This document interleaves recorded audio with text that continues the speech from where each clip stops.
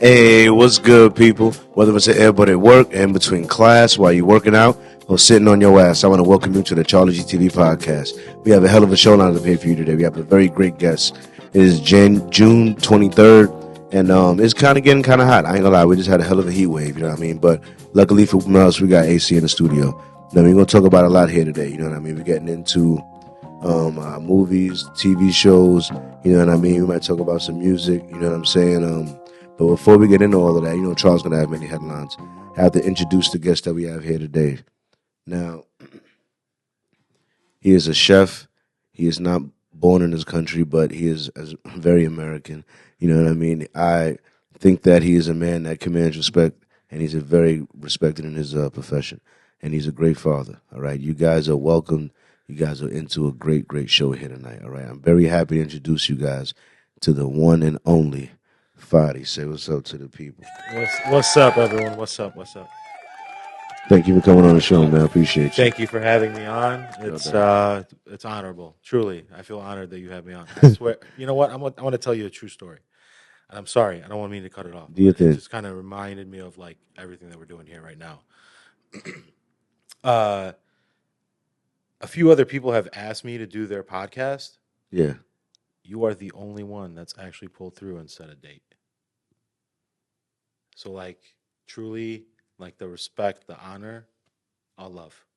I promise you, like, you know, when you first, like, we talked about it and stuff like that, I'm like, I don't know. It seems like every person that's asked me is just not going to follow through. Yeah. You're the only one. And I appreciate you for that, bro. No doubt. Like, real. I'm happy. Yeah. I'm really about that life when it comes to the podcast. You know what I mean? You follow through. I do my best.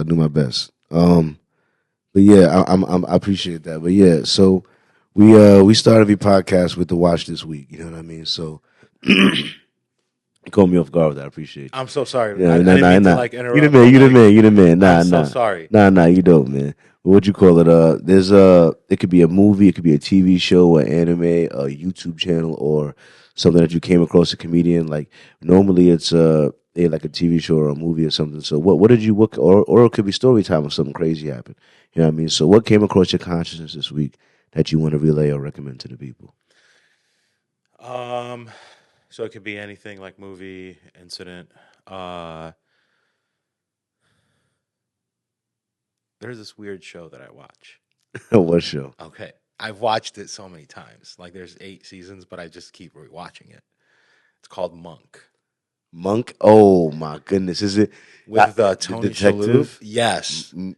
My grandmother loves that show. Bro, that show is like at this point now I'll just play it and like I won't even have to be watching it. You know, I can do anything, you know, if I'm working on stuff, but I like having it in the background because like low key it's hilarious. Mm-hmm. Okay? Yeah. Like, it's his reactions to stuff he's funny. His reactions. His facial expressions is funny too. Man, and the way he speaks to people, I'm like, I wish I can do that. Oh my God, Monk is funny, dude. But that show, I don't know. I just had to relay that, like, just because it's a great. Some show. of his quirks, like, I'm like, oh, that's real. Like, nobody should be like being gross or whatever. You know, wash your hands and stuff. Like, I get his, his quirks. Yeah, but he's just on another level. You relate to his autism. No, yeah. I'm just kidding. But yeah, it's funny, man. Monk is a particular guy. He's very particular about some things, you know what I mean? Which makes it hilarious, you know what I mean? Go watch Monk, you know what I mean? It's a great show. Definitely watch it. You know what I mean? Definitely, you know what I mean? I watched this week. My watch this week is going to be something that I haven't watched yet this week, but I need to watch. I love Game of Thrones. And House of Dragons finally came out with a new season, apparently. They dropped the first episode last week, and my mother was like, I'm sorry, I can't be loyal. I have to watch the episode. You work too much. And I was like, Mom, you break my heart, Mama. You know, this is our show. How could you do this to me? You know what I mean? But yeah, so when the second episode drops like today at like 9 p.m. See, I haven't watched any TV in like a long time. If I watch stuff, it's like YouTube videos, podcasts, stuff like that. I don't watch regular TV anymore, kind of, because I just don't have a lot of time. I'm always doing this or editing this or working, doing some ridiculousness, drone flying something. I mean, working, doing whatever. You're on a constant move. Trying to make it happen, you know what I mean? But I do recommend House of Dragons. If you love Game of Thrones, just drop it right now. It's the one show that I think I'm really going to try to use some of my precious time to watch this show. I'm sorry. I feel like every hour I spend it, I got so many clips to edit, things. I got so much to do to be sitting there watching the show I never watch anything. But I feel like I got to live a little bit, man. But you know how I'm going to justify it? You know how I'm going to justify it? By filming a review of the show. That's the only way I can justify. I got to review it. I got to make something out of it. That's the only way I can justify it. I mean, you know what I mean? That's part of it. So yeah, even you watching it tonight, you're splurging, but then now you're going to review it. Yeah. So yeah, it's kind of a win-win. Yeah, exactly. You know That's saying? The only way I could justify. I have to make a review of it. If I'm going to waste my time to watch the show for an hour or two, I have to review it. I have to sit down in front of the camera, give a quick review, you know what I mean? Edit it a little bit, you know what I mean? And get it out there, you know what I'm saying? So we're expecting a review in like a week from you then? Yeah. Okay. Yeah, I got to review the show. I got to review the show. I got to review the House of Dragons because I really want to watch it. So I got to make it worth my time, you know what I mean? How about you watch both episodes again tonight with your mom? Yeah. Yeah, that's what I want. That's what I want to do. Yeah, you know what I mean, because who else is here is visiting my grandfather, who's like 70 something. He's visiting from Jamaica. Oh no way! Right now, yeah, he's at my house right now, and at my mother's house. You know what I mean? I haven't had a chance to spend that much time with him because I'm working all the time. But I wanted to spend maybe a little bit of time watching Game because he watches Game of Thrones as well. That's amazing. You know what I mean? So that's so dope. So I'm gonna watch me, my mom, my grandfather. That's amazing. You know what I mean? I was trying to get that Game of Thrones in. You know what I mean? It'd be dope. That's the perfect night. I think so. That's like a win-win-win. I think so. You know what I'm saying? You know what I mean? Like you're spending time with family. You guys are all bonding over the same show. Exactly. You know what I mean? Then you're gonna review it. Yeah, I gotta review it. Yes. Yep. Absolutely. You know what I mean? But yeah, so make sure you guys go watch Game of Thrones, right? And stay tuned to the review coming up. You know what I mean? So one question I have for you is what was it like for you growing up, man? Like my entire life? I'm just saying, like from the childhood, like did you live in the same house with the what was the thing I always seen in movies that I never got to do? That bullshit when they measure you on like the door frame from your like this house, no one can ever do that. You were this tall at 5, and then you this like with apartments and things in New York. So you just no way I got to live that life. No way. You know what I mean? So what was it like for you growing up? I guess like from the time I was born till about I was like 8 or 9 years old. We lived in Iraq, but there was like war at that time.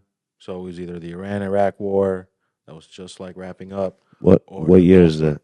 So this is 85. 85 when I was born. And then 91 is when the Gulf War started. So there's a lot of moving around. I do remember one incident, which is wild to me. I was 3 years old. I guess there was like the street we lived on. There was a newspaper headquarters, like, or whatever, like the main newspaper in Iraq at the time. Iraq, that's how we say it. I guess there was like an explosion or it got bombed or something. So all because of the pressure from the explosion, after usually the explosion, the air gets pulled in and everything else like that. So all that pressure,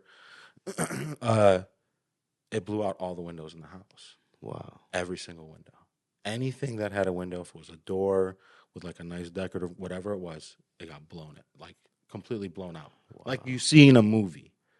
Yeah. I'm sitting there watching TV as this happens.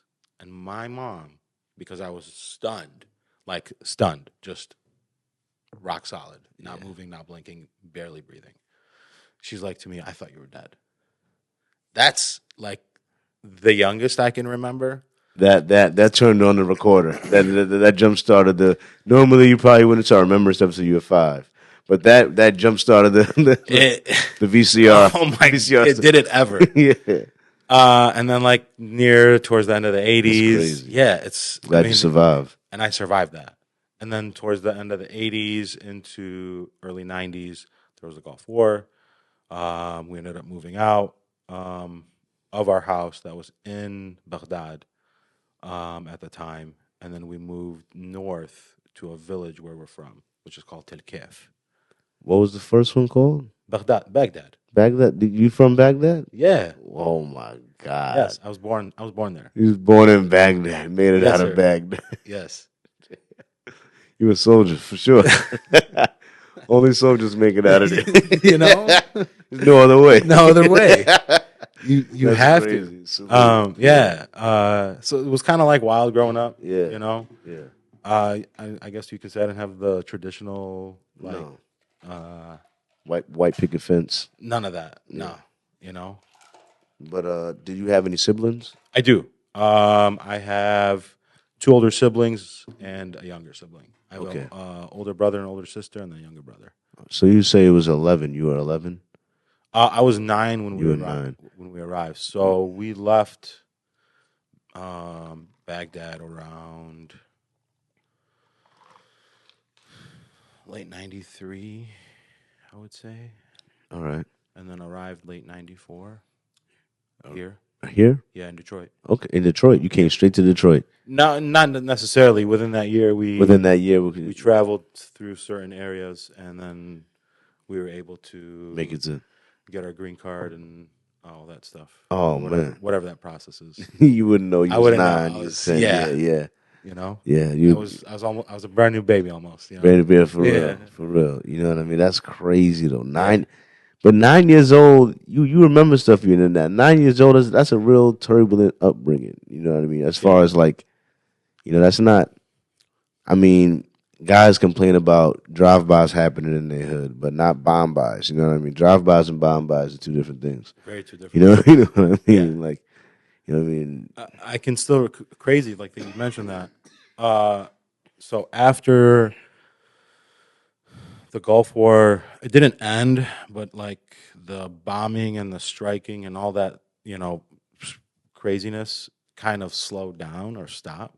Okay. And because we were in the village in the north that I was telling you about, when we went back to Baghdad, there was like a missile.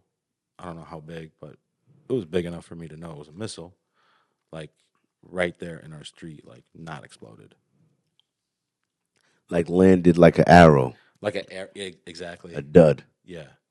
So, but the problem with Like dud, right in our yard. in your house, in your yard. In like the front of the house where like the street and But the thing about duds is like they might not be duds. You know what I mean? They might they just didn't go off. didn't go off. Yeah.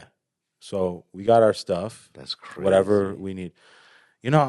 That's like literally next to like that would freak me out, bro. I mean, obviously a lot of it will freak me out. Obviously, I've been freaked out before that, but the bomb I can't deal. That's like when they say there's old minefields when they're like they haven't got all the mines out yet, so it's still like you can't walk there because like Yeah. I mean, there's a city in like France. I don't know what it's called, but because like there was so much fighting in that particular city,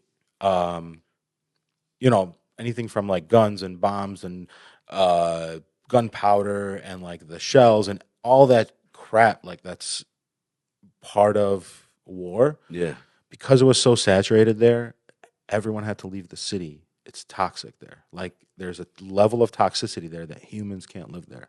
Wow. And there wasn't like a nuclear explosion or anything. That's just from the excess of like It's probably too much lead War. and Yeah. those metals. all those metals. Exactly. Like the air is toxic because as it's breaking down, the the oxidation, Yup. all of that Yep. is toxic. Yep. The ground is toxic. So when it It's rains, the gas and stuff coming up from the gas. so the entire town had to That's leave. crazy. So wild. And That's yes. wild. There are fields, minefields to this day. Areas. I mean, giant areas. Yeah. Nobody because nobody's gonna walk there. Nobody's gonna go through there. No one lives there anymore. Yeah. They didn't find all the mines. Yeah. You know? So yeah, and every once in a while some of these young kids go, ooh, and someone Yeah. loses a limb if they're lucky. If they're lucky. If they're lucky. If they're lucky. If they're lucky. Yeah. You know, Yeah. I yeah. mean, that was kind of like my growing up. And then we moved from like house to house here. movie. So who are you? Who are you? And all right. So what were your parents like having to take you through all of that? What were your? Did you have a mom and dad? Yeah. Both my parents, they're still alive today. They're still alive and they're still together. Yeah. Wow. Yeah. I guess if you survive war together, you feel like this is survive everything. We There's nothing else. If we survive that, if we dragged each other out of all of that, we together, baby. We made it forever. Like I said, like that's beautiful. For them, it was maybe I didn't see it at the time, but now that I go back in time and like remember some of the things that they had to do for us, and like, it was a lot. It was a lot. Yeah. For someone to go through that. And then, I was probably, I have my younger brother's 2 years younger than me. So by the time I was 5 and he was just 3 years old, we had to move, So Had to move? Like, yeah, we had to leave Baghdad. Yeah. You know what I'm Yeah, saying? yeah. So this is like 1990 now. So like even him at 3, being 3 years old, kind of self-sufficient, but not really. Like, and then me being 5, like it was a huge burden for my parents. Yeah, they had to manage these young kids. Yep. While they're trying to escape one of the worst situations that you could, literal like war. Yeah, and it was literally back to back like conflicts for like 10 years straight. That's ridiculous. I remember. I've never lived in a war scenario situation. Cheers. You know what I mean? Thanks for making it out. I appreciate you, man. Thank you.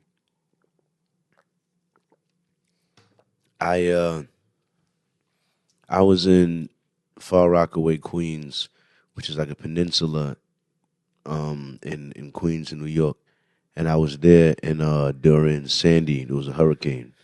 And Sandy, the flooding was crazy because the peninsula of Far Rockaway, you got the bay on one side, and you got the dead ass ocean on one side, the other side. And they say that was the day the bay and the ocean met because I remember the water was up, like there was no like street, like there was straight like water. Wow. And I remember so my house had like a porch. So you would walk up to the front you would meet the first step of my porch.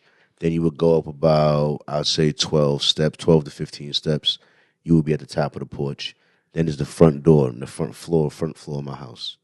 The water got all the way up to like the front, like almost to the first floor. So the whole basement, everything got flooded all the way up to so the water was like you would be, if I was out there, I'd be underwater, probably standing out there. Oh, 100%. That's probably like 8 feet.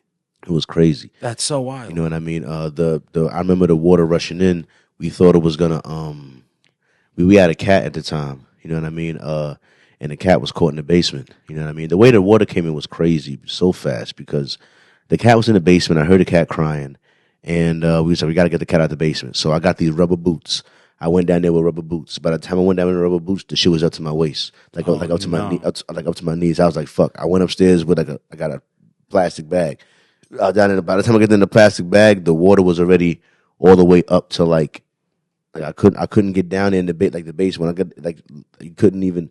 The water's like rushing in. It was like on some Titanic shit for real. Like the water's like rushing in the basement so fucking fast. You know what I mean? And how old were you at the time? I'm sorry. This happened.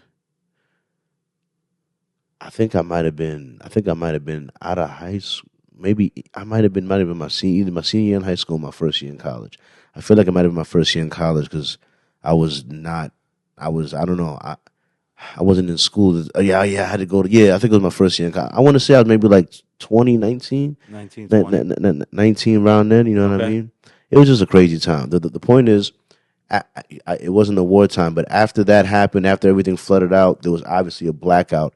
And I remember we had to walk from, the peninsula all the way across like this bridge and past this thing, and there was like no electricity. It was like a crazy long walk, and it was like kind of crazy. And I remember while we was walking, it felt like you knew people had died. You know what I mean? It felt like a little lawless because you also knew there was like no cameras at that time. You knew there was like looting happening. There was like no, like all the emergency services were overwhelmed at the time. Yeah, what I mean? Yeah, of course. And when we were walking up there, I don't know what was happening, but I remember literally, easily like 30 Humvees, all looking like some military shit, driving past me when I was going up the thing, and I was just like, I don't like this. I remember thinking again, I was like, this atmosphere sucks. I was like, that like shit looking messed up. You know what I mean? Not a lot of cameras. Niggas is looking destitute. Humvees driving by. Ain't no electricity. I'm out here walking. Man, I got my little bags, my little belongings. You know what I mean? Like, it's just like, it felt like real, like, end of the world type shit. You know what I mean? It was not Yeah, good. it's kind of You know wild. what I mean, you were young. it was the closest I could get to it. You know what I mean? I've gotten to it. You know what I mean? But compared to, I couldn't imagine. That's not the same as like I couldn't imagine like shit blowing. I've there was some gunshots and bomb. I have never experienced nothing explosive. You know what I mean? And I don't think anyone really should. But it sounds crazy. You know what I mean? Like it making the glass explode. That's like sound. That's like the waves. Like that was a big bomb, bro. That was a bomb, bro. Yeah. That wasn't like ain't nobody make that shit, dog. That was like a missile type shit, dog. Like and I mean, honestly, I consider myself like the lucky one, because I was 5, my brother was 3, when it had started, when the Gulf War had started, and I wasn't old enough to fully understand what was going on to where, like, at your age, you were 18, 19, you felt darkness in the air. You had that overwhelming, of course, there was a lot of damage there. Like, that is something that happens in war, and you went through that. Like, and you were older to understand it. Like, you had to go get your cat from your basement. Yeah, I was trying to. The other thing is that the cat. It was a crazy story because the cat stopped meowing throughout the night, so we thought the cat died. You know what I mean? Because there was no more meowing. You know what I mean? But in the morning time, it was like wet running around somewhere, and I was like, "How the fuck did you survive?" I just imagine the cat like in some corner air pocket, like fucking just barely breathing up there somewhere. Because like when I tell you I opened the basement door and you couldn't even take one step down there without hitting water, like 1 foot water immediately that past the whole basement was flooded. Wow. You know what I mean? So it was crazy. You know That's what I mean? a crazy, like, you went through that hurricane, like you were still in your house. Yeah, I was still in the house the whole time. During the hurricane listen. itself, We were in zone A, the zone where they tell you to get the fuck out. You know what I mean? And we were like, nah. You know what? I'll never forget the rain in that hurricane because while it's there happening and everything, I remember there was a time I stepped out onto the porch because I was like, if I'm gonna die, I'm gonna die anyway. I remember I also pissed into that hurricane, took a piss out the window into the because I was like, I was at the window and like the literal water right there. So I was like, fuck it, if I take a piss out this window, it's going to, who cares? So I pissed out the water into the hurricane because I'm real intelligent. Yeah. Anyway, and I also walked out to the porch. You know what I mean? I remember I had this hoodie on, and. Okay, yeah, because the roof had leaking. I remember we had to dump water out because the roof was leaking. You know what I mean? So we had to dump water out. But I remember the rain wasn't like it was raining. It was more like the air was water. Because you would step. I put my hand out there for 1 second. It was like saturated, and it wasn't like you couldn't like see drops. It was like just it was like you were in water, bro. I felt like that's so wild. I felt like if you had like a rag on your face, you could like waterboard walking down the block. I felt like you could like I felt like you could waterboard yourself. Yeah, walking down the block for real. That's how wet it was out there, bro. Like for real. That's so wild. Yeah, there was like the air was so misty. It was like you couldn't see the drops. It was like I said, it was like the air was water. It was ridiculous. It was like on that shower setting on your hose. Yeah, like mist everywhere, but heavy mist. Like had the heaviest mist you've ever thought of can exist, man. Really, really heavy mist. The only other thing is like I can imagine is I was too young though. I was young, because I was born in 1994. I was born in Brooklyn. 2001, I'm going to school in Brooklyn. 9/11 happens. You know what I mean? So all I really remember is like I was in kindergarten class. I remember Dad to pick me up to go drive to go pick up my uncle who was in another school. He was a little older, but I remember the dust. All I remember was this crazy dust all through Brooklyn. I remember looking up in my grandfather's car, looking up, and there was nothing but dust, just dust. You know what I mean? And I was like, why is it so dusty? You know what I mean? And I couldn't understand. I couldn't grasp what was happening at the time. You know what I mean? All I knew was like there was dust and everyone was real serious. You know what I mean? Everyone was real serious. and they were worried. You know what I mean? And I do remember feeling like somehow safer because like not safer, but safe. I don't know how to put it. Like no one was focused on. There was no pettiness. Like no, like there's no one. Like and you wasn't mad at your neighbor no more. If you was mad at your neighbor before that happened, you wasn't mad. It was over. There was no like there was no conflict. There was no so like the conflict went way down in New York after that happened. You know what I mean? Because like it was a feeling of like, no, we on the lookout. We got to watch what's going on here. We got to like, you know what I mean? Although certain communities might feel like conflict might have went up for them after 9/11. I understand there's a different perspective. Yeah, I've heard different perspectives on Definitely true. You know what I mean? But yeah, from my perspective, I felt like conflict went way down. It brought us together more. I think it brought everyone together. You know, I don't know how it felt outside of New York. I don't know how it felt. I was a sophomore in high school when that happened, and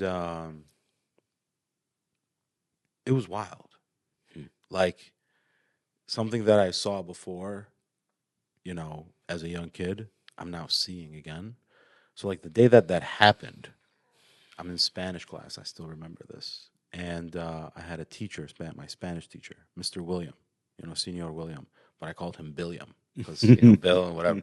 Anyway, so they rolled in the TV on the cart, you know, turned it on, and then we were watching the news. Wow.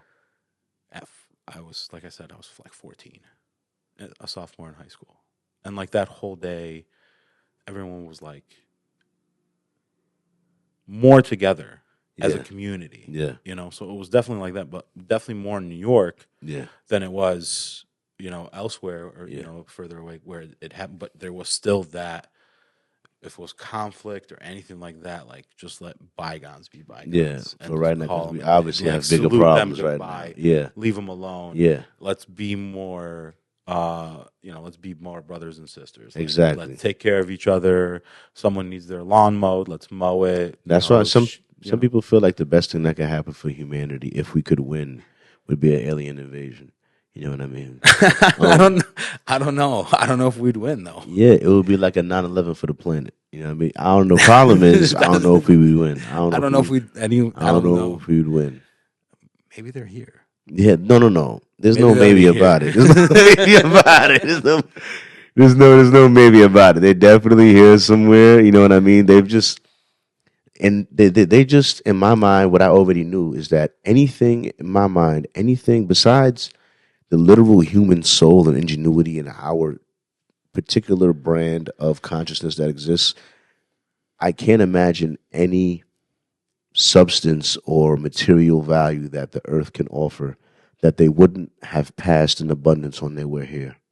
In asteroids or other planets or other lifeless planets that I've heard that there are planets that like rain diamonds, you know, literally because the atmosphere is made out of different material, the carbon and the pressure of the planet, it literally almost basically rains diamonds on that planet. So it's like, what can we have here that's now on some asteroid or something else that they could have gotten? So to me, if they're here out of pure curiosity. You know what I mean? Gold. Now, gold to us is valuable on Earth. I don't know the rarity on the universal scale of gold. Well, the element itself it's weird. Like you can take the tiniest bit of gold, you know, maybe a gram at the most, whatever, and you can gold coat spread it on this table. You know, like so it has weird properties. I don't know if we want to get into this, but the Anunnaki, those are the aliens that came here, you know, whatever, and then they found that there's gold, and then they needed gold to block the sun. Yeah, for the atmosphere. I remember for the atmosphere. You know what I mean? Atmosphere. But I guess maybe the only way I could think gold is rare is if like the same conditions, because the other dude was talking about how Earth just met the right, like the Goldilocks zone. It just met the right conditions for humans to evolve and survive. He's saying, right? I think it's a little more than that, but he was saying that any planet within this zone eventually allowed to survive long enough would make people or some version of some higher. So maybe if gold is also maybe maybe the Goldilocks zone is also the gold zone. You know what I mean? Where gold needs some, but gold isn't life. But at the same time, maybe gold needs certain conditions to exist. Otherwise, why would it be so rare? Well, even gold, you know what I mean? I know diamonds aren't as rare as they say they are. You know what I mean? And I got another stone I'm trying to get into, which I haven't. Not sure if Are I you want gatekeeping? Huh? Are you gatekeeping? Gatekeeping what? That the other stone? Are you not telling us? He's I, not telling I us. said it on the. All right, fine, fine. I'll give it up. All right. It's called moissanite. Okay. Let me tell you about moissanite. All right. Talk to me. So diamond is the hardest stone that we know of. The only way you can cut diamonds with diamond. The second hardest stone that we know of is moissanite. Okay. Moissanite is harder than sapphire, gems, whatever else. There's diamonds, moissanite, and then everything else, right? So that's one thing. The second hardest stone after diamond is moissanite. That's one. Number two, brilliance. When a stone's ability to reflect light, right? So you buying a diamond because it shines like a diamond, right? Mm-hmm. On the reflex index scale, on the brilliance scale, moissanite shines and reflects light more than diamonds. So it shines, but the problem is that when you get too big of moissanite, it creates a bit of a rainbow effect with the prism effect. Yeah, where real diamonds don't do that, but it's just because it shines more light and more. Just because it shines, so it's the fire is bigger. So, but at the same time, so just on the reflex, so it shines technically brighter than a diamond does. So it's almost as hard as a diamond. Shines brighter than a diamond. Costs way less than a diamond. Lasts a long time like diamonds do because it's not gonna. The problem with cubic zirconia is that why they look shiny when you first buy them, and then after 6 months they're not as shiny, is because they got scratched up. They got more dust on them. They can't survive like a diamond can. Like the moissanite, nothing's gonna scratch that moissanite. Just like nothing's gonna scratch that diamond. Exactly. You know what I'm saying? So only another diamond. Yeah, only another diamond. Only another piece of moissanite gonna scratch that moissanite. Yeah. You know what I'm saying? So because of that, if I ever do plan to get jewelry, I do plan to get moissanite jewelry. You know what I mean? Unless it's my wedding ring. I'm keeping moissanite off my wedding ring. My wedding ring, I might probably get with real diamonds. But other than that, definitely get a real diamond for your wedding ring. Real diamond for my wedding ring. You know what I mean? But other than that, I don't see why I can't use moissanite. I don't see why I should pay 10 times more to literally shine less. You know?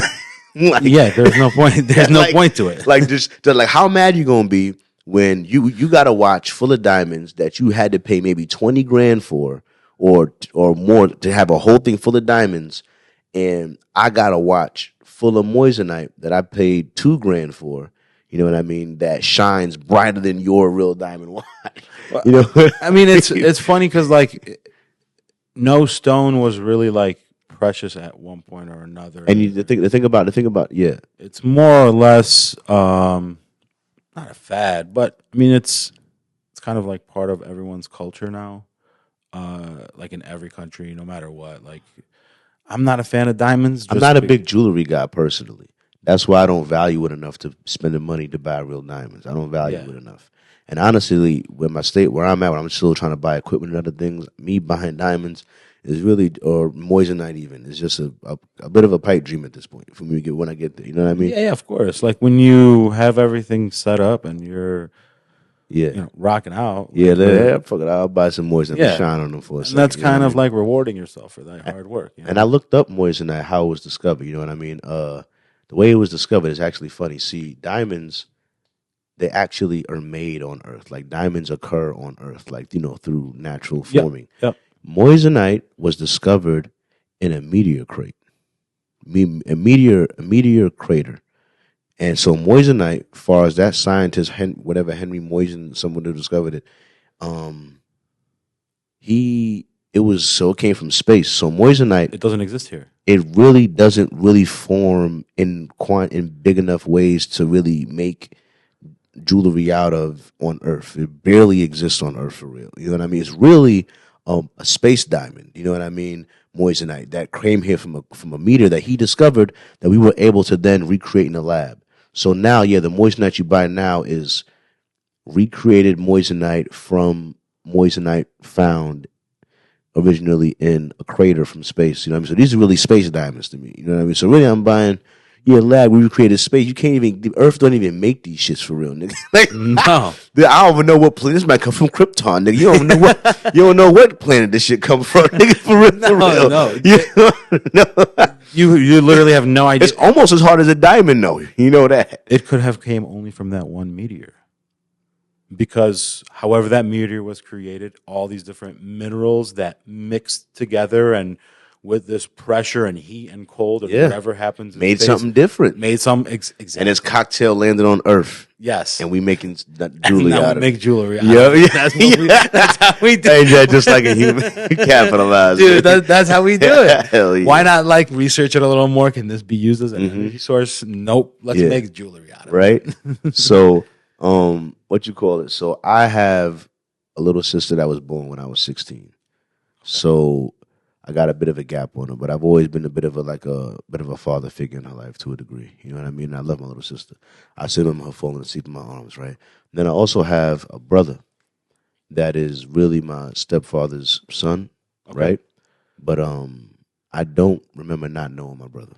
You know what I mean? He's like a year and a half younger than me. But like I said, him and my mom has been together so long that I don't remember not knowing my brother. So my brother's really my brother. You know what I mean? So my brother tells me nowadays, sometimes, he told me this 2 or 3 times now, he's like, "You're my competition. You're my competition." You know what I mean? Like me. He looks at me. Like he sees all the shit I'm doing. He's like, he just got 2 jobs to work 7 days a week. He's like, "Carl, how do you do it? What can I do to stay? What could I, you know what I mean? And I'm trying to give him advice and vitamins and lion's mane or this or that or something, creatine or something to sleep or whatever. Naps help, you know what I mean?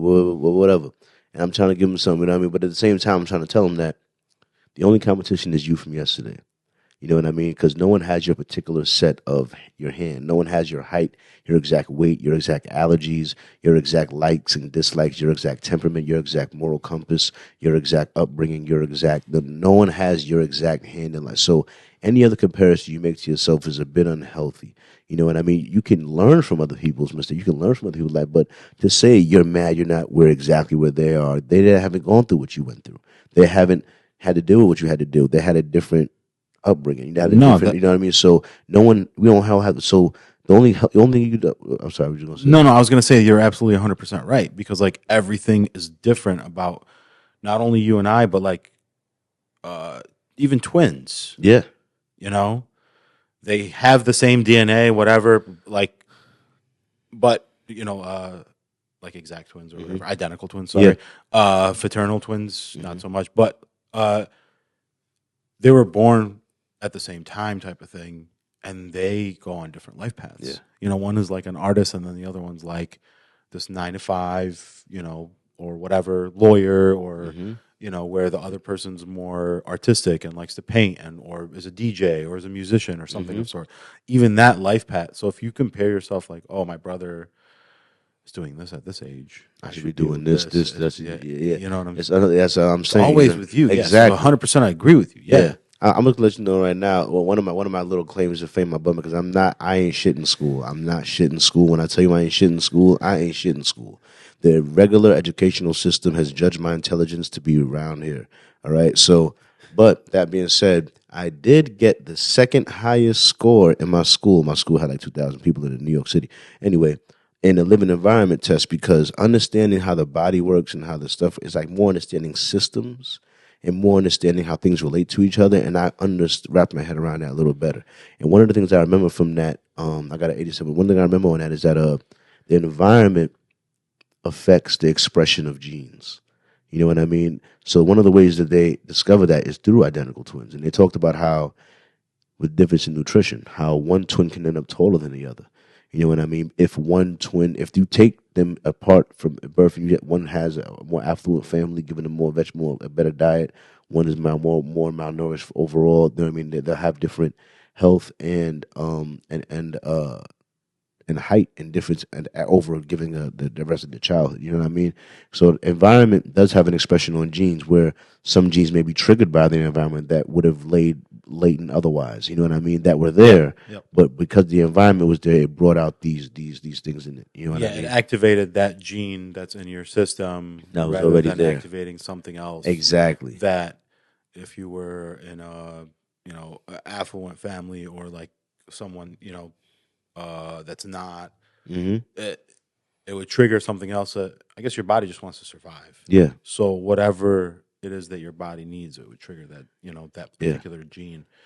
And that's crazy. That's crazy to think about the human It's body. really wild. Like I love humanity because I think like we're not even fully unlocking what's possible. You know what I mean? There's one story I'll give up before I go back to the docket. One thing I'll say is that like I heard this story about deep sea divers, like free sea divers, like no oxygen mask, like free sea divers. And what they have to do is when you're first starting out, the same thing you have to do when you try to hold your breath for a long time, they have to train themselves to not react to that panic of like, I need to breathe. I need to, all right. So but what's crazy about the human mind is the way those people die.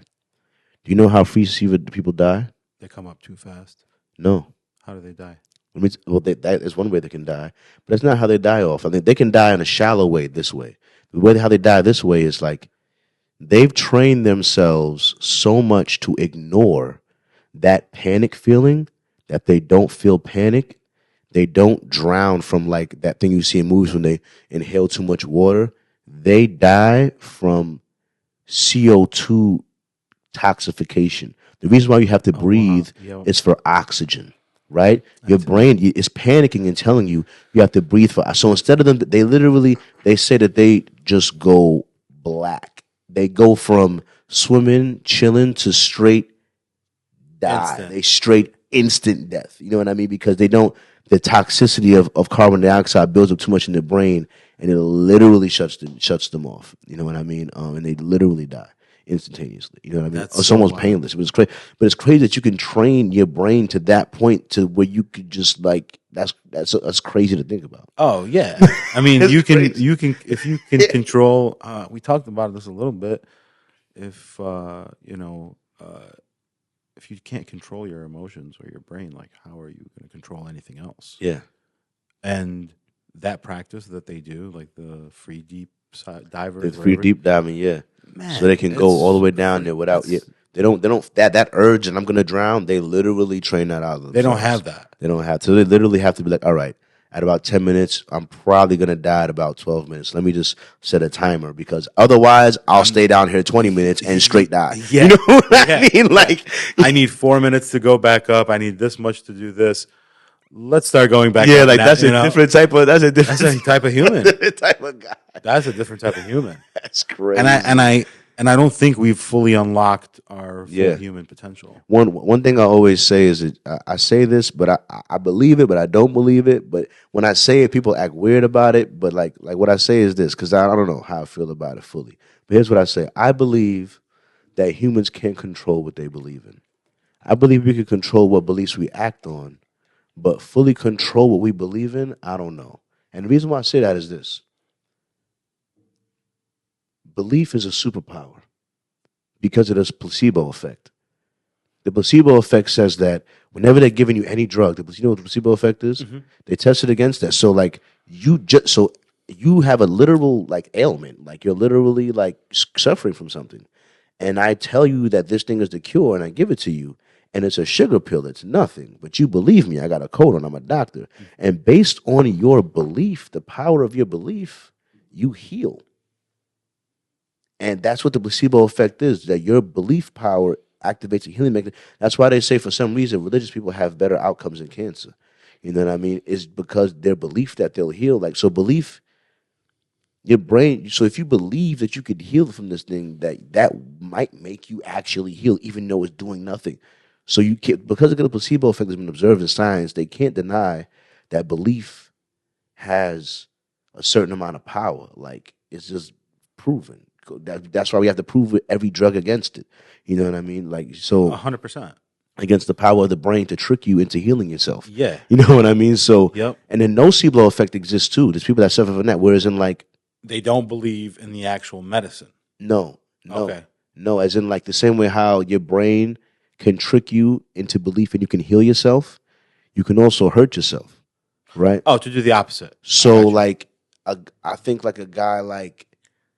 He believed that he had gotten like hit with something, or he think he got hit with something, and he, even though what was poured on him wasn't boiling water or something, that he developed third-degree burns or something like that because he believed that so you can make so he developed burns or developed like or almost had a heart attack because he believed something happened that didn't really happen.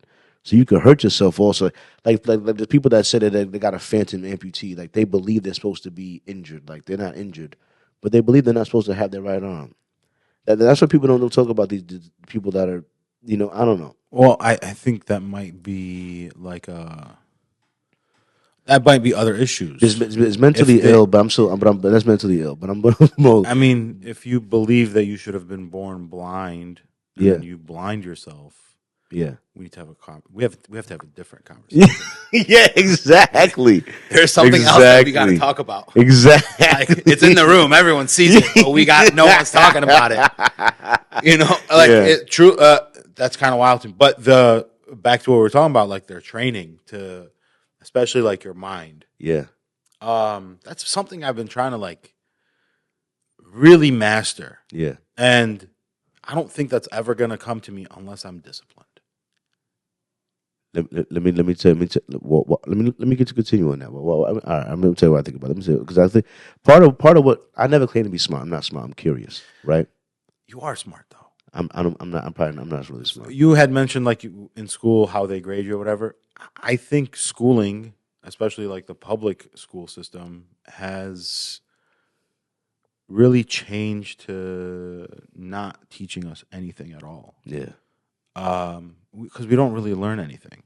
Truly, I don't feel like there's some stuff that I read in history books in like the 8th grade that like today, it's not true. Yeah. Like it's bullshit. It's fake. Yeah. It was made up. I'm talking about here in America. In America. I'm reading about the Vietnam War and, this is what they did. This is what the Viet Cong did, whatever, right? Okay.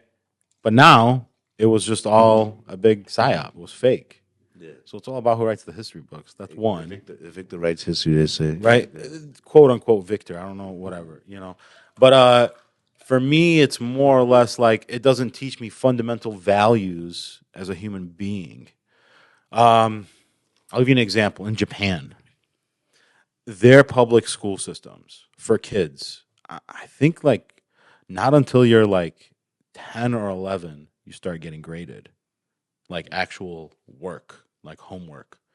For like the first 10 years of your life in those schools, you're learning how to become a human in society. They teach you rights and wrongs. Like, let's say, we're on the subway in Queens, right? We both get on, we both sit next to each other, whatever. Old lady walks in. One of us is going to get up. One or both of us are going to get up for her. That's what they teach those kids. We know that because we know that, but there are people in this world, in this country, that don't do that and don't give a shit about that. Yeah. Even if it's a pregnant lady or somebody with crutches or a broken arm, anything, an old man, like even a father with kids. Like I would rather get up and have him stand next to his kids so they can sit. When I lived in Chicago for a while in 2019 when I was working out there, that's what I would do. Yeah. Like, I don't care. Like, take these seats. They can sit. I'm an adult. I can do that. We know that, but there are people that don't do that. Yeah. However, in Japan, for like the first 10 years of your life, you're shown how to do house chores, mop, clean, be a human, how to approach people, how to speak to people. You don't just sit there and nag them. Kids like pull their arms, like, or their parents' arms or jackets or whatever to like talk to them. Yeah. America, bro. Yeah. Even like in other countries as well, like during the school itself, like they're made to, like during the classroom sessions or whatever it is that they're having, they're made to learn to like not only clean up after themselves, put their stuff in particular ways, like everything from like A to Z to be humans. Yeah. But I feel like here we're more just made to be robots. Yeah. Because we're just like fed this information, take a test, call it a day. Yep. If you do good on the test, great job. I feel like they teach more like they want you to like, what is it called? Like they want me to remember everything. I forgot what it's called. They want me to like it's like it's like memorization. It's like more memorization what they teach. You know what I mean? Like, well, if you're gonna try to remember something, isn't it better to actually be doing it? Yeah. So, in Japan also, they teach them how to garden. right? Do they really? Wild. Okay. They teach them how to garden. As they're growing up, they're learning about these different fruits and vegetables and the healing powers and what they do for you.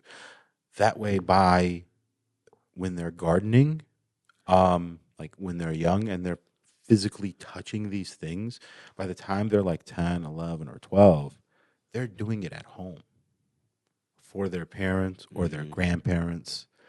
So, like, it's kind of They like teach them to eat healthy too. it's a renewable like energy type of thing. You're passing it on. You're teaching somebody how to survive, as we talked about earlier. You're teaching them things that are necessary for life. Yeah.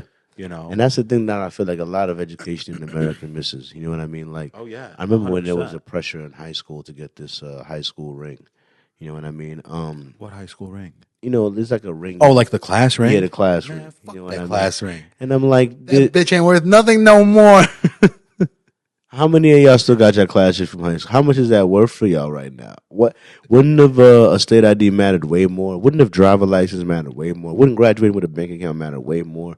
Wouldn't 100%. Graduating with like a trade or something they used to have in schools matter way more? Oh yeah, absolutely. Than a high school ring. You know what I mean? You not make sure I graduate with a passport so I can see the world. How about a license to the world with a passport? You didn't get sure I graduate with that, but I need a ring, I need a jacket, I need all. For what? For what? It's all showy. It's all it's materialistic, like worldly items. It's bullshit. It's materialism. I'm not against capitalism, but at the same time, I think there's some sectors that should be kept away from the profit motive. You know what I mean? Like the profit. Nah, motive. baby, we can't do that. We're What? not allowed to do that. What? Everybody's got to make money. Nah. I'm telling you right now, everyone's got to make money. Look. Okay, I have a question for you. All right. And sorry for cutting you off, What do you but think? do you think that anybody that becomes big enough as a company or corporation, do you think they actually care about their consumer? Depends on the business they're in. No, not at all. I don't care what it says on their label no more. Once they get buyout, like for example, let's say when McDonald's bought Chipotle, I stopped going to Chipotle. McDonald's bought Chipotle? Yeah, they own Chipotle. They might have slipped back up again, but for a while they bought Chipotle. They own them. I never heard about that, bro. That affects a lot about how I feel about Chipotle. or like that is crazy. or you know that apple cider, Bragg's, that everyone loves? Yeah. Okay. Well, they use apples that are from a particular person that I would never allow to get near me in a million miles. I don't want to say the name. I might get off. All right. I'll tell you after. Okay. No, but like they use the apples that come from him, and he has a spray that's sprayed on fruits and vegetables to keep them longer, like to keep them looking better and like last longer. It's called the peel, APEEL. Wow. It's like a wax. That's sus. Yeah. You know what apples I've never been to an apple orchard in my life, but there's one apple orchard that I've always wanted to go to since I moved here, and it's because I drink a lot of their hard cider, and it's Blake's. I drink. That's a great apple orchard. I drink a lot of Blake's hard cider, and I heard they got their orchard is up there in Michigan. It's like 25 miles or something like that. Yeah, I think it's like 25 in Romeo Plain or something. Yeah, and I want to go there one day because it's local grown. You should do a podcast there. You should do an episode there. Go early enough or like late enough where there's nobody there, like in the season. I mean, yeah.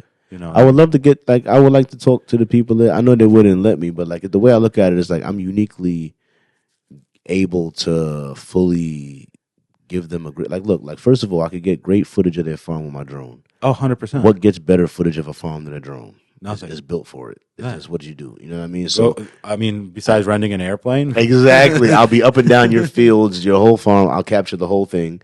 You know what I mean? I own all the equipment, so I can bring all of this to wherever. I can do the fucking interview right on the farm. You know what I mean? And I'll get your clips everywhere. You'll get great publicity. I'll give you I'll edit some clips for you for social media with the drone footage of your farm. I'll give you a couple photos. You know what I mean? It's a whole package I plan to put together because this particular podcast studio is about 3 or 4 minutes from the farmers market here in Detroit, which is like the biggest farmers market in America, one of the biggest. Yeah. Oh yeah. The Yep. biggest. You know what I mean? So Eastern Market. Yeah. yeah. So It's the biggest. The biggest. It was the first and the biggest. It was the first and the biggest. Damn. Yeah. You know what I mean? So it's like between the drone thing with it's a package I was putting together for people with farms and farmers to try to a promotional package to try to give to the farmers of America. You know what I mean? They need more love. They need more publicity. They need more ways to become profitable because we eat off them literally. They literally feed us. So Hey, Blake's, you hearing this? yeah. Free promo stuff for you guys. Hey, get me while I'm cheap. All right. Yeah. All right. I mean, but all that stuff like brags was everyone. Sorry, we're going back to that. Yeah. But yeah, everyone like loves that. But I steered away from it because the people that bought it, I don't trust. And I'm like, you guys are just after money. Like, that's all it is. That's how I feel about China owning Budweiser. But like, how could you let a Chinese company own? That's like America's beer. Like, how could you let? That's like having American flags made in China. Like, come on, some things. I know there's flags. American flags are made in China. What are you talking about? There's a lot of them made in China, man. Yeah, but I mean, all right, yeah. You see those people like standing at the light waving Isn't flags? there something called Flagtown, Ohio? Yeah, I'm sure they make their flags and people buy from them. But you know the guy that's like trying to make a quick buck. As a guy that's been to Labor Day in New York, that parade where there's a lot of flags there, And people selling a lot of flags. Those all flags made are in made in China. China. It's all made in China, bro. There's a whole bunch of made in Those China are not flags made in in Labor USA. Day. Not at all. No, 4th of July. Not No. at all. Those No. pins? No. Oh, it's $1 for a pin. Yeah. It's made in China. It's either China, Taiwan, or Bangladesh. She was going to say. Sometimes. It's all three. Yeah. What is that? I'm telling you for real. All right. So I had brought a thing about the siblings. I forgot to bring it up. Any sibling drama? How do you older? I remember my younger brother talking about competition. So any competition? How are you and the siblings or your brothers? No drama. I mean, if they're like, I guess you guys are a good family. You guys are like a. I mean, if we fight, like just like any other siblings, I'm sure you fight with your brother. Or Yeah. have fought with him. I have. Like, and you guys are close enough apart. You said you're a year and a half. Yeah. So like me and my younger brother were 2 years apart. So Yeah. like we were both like, right we were there. Boys. Yeah, like, right that's, there. that's Yeah, what we were. yeah. So nothing like that. I wonder what he's. I wonder the good guy Fahdi. I wonder that's funny as hell. You know what I mean? But, I would say he got me, but I don't think he's ever gotten me. Never got me. We had to fix a lot of drywall growing up, man. yeah. We had to do, that's another That's thing. funny. Like now kids days, don't have that. Like if they break something, they're not fixing it. No. Just wait for mom and dad to do it. Or somebody. As That's what I mean. Like in schooling, we're not being taught anything that's substantial. Like why didn't they tell us to put money in like an IRA yeah. and like just sit on it, and then by the time I'm like 40, I have $3 million. Exactly. Like why don't they tell us that? No. You know why? Because they're making like factory workers, bro. Exactly. Especially out here in Yeah. New York City. That's what I tell people in New York. Cause like I didn't know you were from New York. you didn't know that. I swear, no. Nah. That's like I've been wanting to talk to you about it actually. Like, I feel like you've recently moved here. Nah. I was here since like 2016. That's recent, bro. That's 8 years. I guess that's recent. You know what I mean? But I spent 23 years in New York City. You know what I mean? Most of my life. You've in New York City. Yeah. I mean, I can hear like the It's a little bit. I can hear the It's a New little York. bit, you know Yeah. what I mean? You let it. You control it. Yeah. But I don't think you should though. Yeah, I messed it up though. I messed up my New York accent a little bit because I spent a year in high. I don't know if I told you this. I probably told you, but I went to the same high school all 4 years, right? Okay. But my third year in high school, Yep. that entire year, and I'm talking about at school, at home, all the time, I talked with a British accent. Why? And I told people I was from London and everything. Oh, so it was You know like what a I mean? gimmick, like not a gimmick, a prank or whatever. I don't know. Before a year, I need therapy to figure out. I think I connected to a heartbreak. You know what I mean? But like, What's your? but have you heard my accent? I'm telling you. No, I've never heard it. Honestly, man, I promise you, bro. Listen, man, every fucking day, talking to my teachers, my family, everyone, man. And I've actually met people that's actually from there, you understand? And I was like, oi, man, you know what? If you actually tell people you're from the right part, I might believe you, understand, mate? You know what I mean? But actually talking to people every day in the accent and all that, bro, every conversation, Being able to do it for hours straight, bro. I had people walking up to me. You know what they try to do? Get me mad. You understand that? They'll be like, oh, man, if I get him mad, he'll snap out of you. Understand? But like, oh, you fucking wanker, fuck off. I just, you know what I mean? I start chatting about that. Like, oh, he's funny, look at that. You know what I mean? It's not breaking, in it. You know what I mean? So I just kept it up for a long time. You know what I mean? For whatever reason, I don't know why. Perhaps in my past life, I was actually from there. You understand? But I've never actually been to London. I've never actually, but you know what? Harry Potter was one of my favourites as a young one. You know what I mean? So because of that, maybe that has a bit of influence as well. But I do have a bit of there's a couple of them I can do. But you know what? I have done England in particular for a year straight. You know what I mean? I've done that. You know what I mean? So it's something that I have in the back pocket. You understand? But I don't use it often. And because I did that for a year straight, honestly, I feel as if it fucking influenced my overall accent. You understand? Like, you're doing that for a year straight, bruv. It curves a bit. You understand? Because you're doing that, and it came to the point, man. I promise you, I was fucking thinking in it, bruv. That's I was fucking in my head, wild. In my head, I'm like, oi, man, yeah, fucking thinking, oi, Charlie, yeah, chip in there, you know, like chip in there. Hey. Oi, man, yo, you from Brooklyn, dog? Cut it the fuck out, man, nigga. Like, yo, I had friends that walk up to me like, oi, man, I know you, bruv. Can you fucking snap back for a moment? Can I hear the real car for a moment? I know you're doing this trip of London, all here London all fucking day. Can you fucking let me know you're still in there, bruv? And I'd be like, that's switch back, you know, still me. And they'd be like, no, you lost yourself, man. Like, you still in London, man. You lost it. So that's the reason why in my fourth year. Fucking wild. You got a fucking talent, bro. Thank you, man. Dude, I'm blown away. It's completely speechless. I did not know you. Bro, here's to that. Yeah. Get that in there, you know what I mean? But I don't know why. I don't know why. And, you know, I don't know why. Like I said, probably a past life or something like that. You know what I mean? But yeah, I did that in high school. You know what I mean? Your junior year. My junior year, my whole junior year, I did that. And the funniest thing about it is that I'm in the same high school. The reason why I brought that up is because I had people that I thought knew me my first 2 years in high school. That when I went in my third year and I'm there every day talking to everyone, oh man, I'm from London. I actually got a fake. It was Lacrosse Street. I had a fake Google image address that I looked up. You know what I mean? I had a fake story and everything because my dad, anyway, he's from Jamaica, anyways. So he's not in America as it is. So I said, you know what? Instead of my dad being from Jamaica, he's from England. You understand? And instead of me spending the summers in Cayman Islands, I spent them in England. You understand that? So because of that, my dad's in England. And I came to England, and because of that, I stayed over there a bit, and then I came over here. That's what happened. So I made a fake backstory and all of that. Fake That's backstory, so wild, and all of that. And I did that for a year. You know what I mean? I like I said, I don't know entirely why. I'm some level of retarded.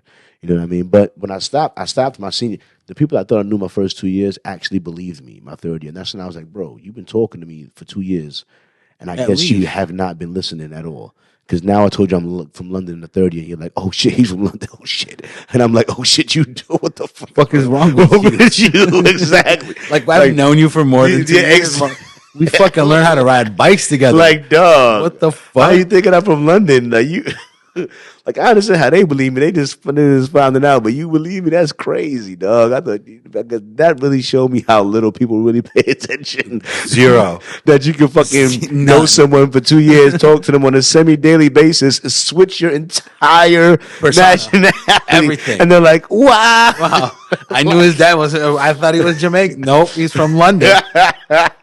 Like, what the fuck? Like, people, no one's paying attention. That's ridiculous. Zero. And that was then.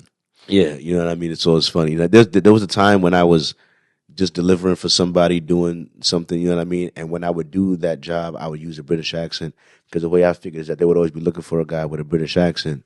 And then when they see me, like, I don't know what you're talking about. It's not me. Fuck out of here. You're talking to me. You know what I mean? They'd be like, it's not me. You know what I mean? So if whatever I would do, I'd probably do in a British accent. Oi, man, we take it. That's what we do. You know what I mean? But then I look at, but anyway, yo. So let me ask you, top 5 movies. That's kind of difficult, man. I know it's difficult. I like movies. I know you like. You know, I like comedies. I like action movies. What I want to ask you is your top 5 comics, but top 5 comics. But start with movies. Okay. All right, movies.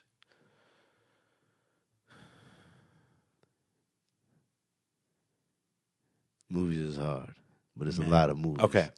What comes to mind? Those movies. What you got? All right, so I'm gonna go. It's gonna be all over the place. It's Okay. gonna be action, adventure, all the stuff. You know, comedies. I would say Happy Gilmore. Happy Gilmore. That's an Adam Sandler movie. Like, I can't get enough. I'll watch it all day, every day. Okay, no problem. Inception. Wow. Leonardo DiCaprio. I've watched it probably 15 times. Wow. At least. And I'm still like, I'm not figuring it out, but I just see more and more and more and more every time I watch it. Yeah. This one's not fair, but any Tarantino movie. Yeah. Anyone.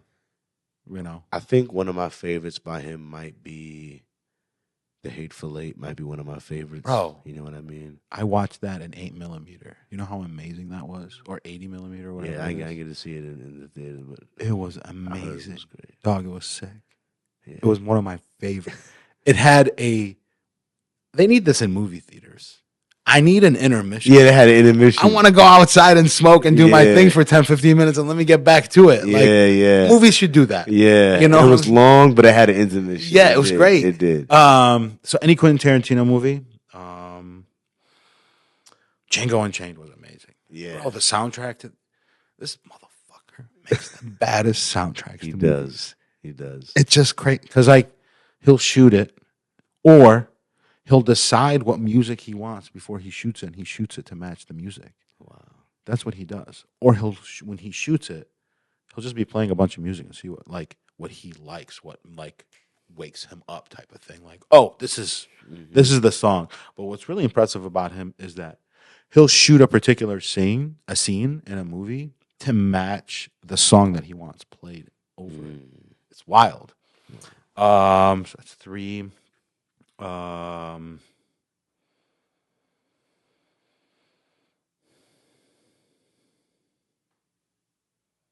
Rush Hour.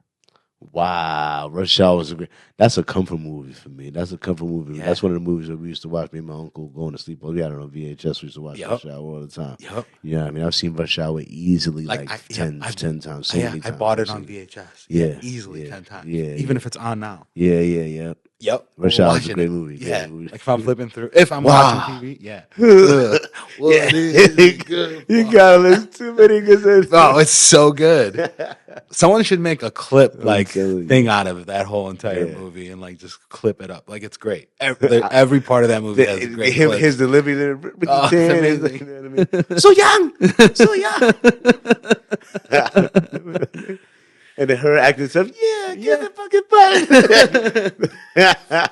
It was so many great scenes in that movie. There's too many great scenes, man. That was a great movie. Yeah, great movie. I can't believe I'm forgetting the name, but Mel Gibson was in it.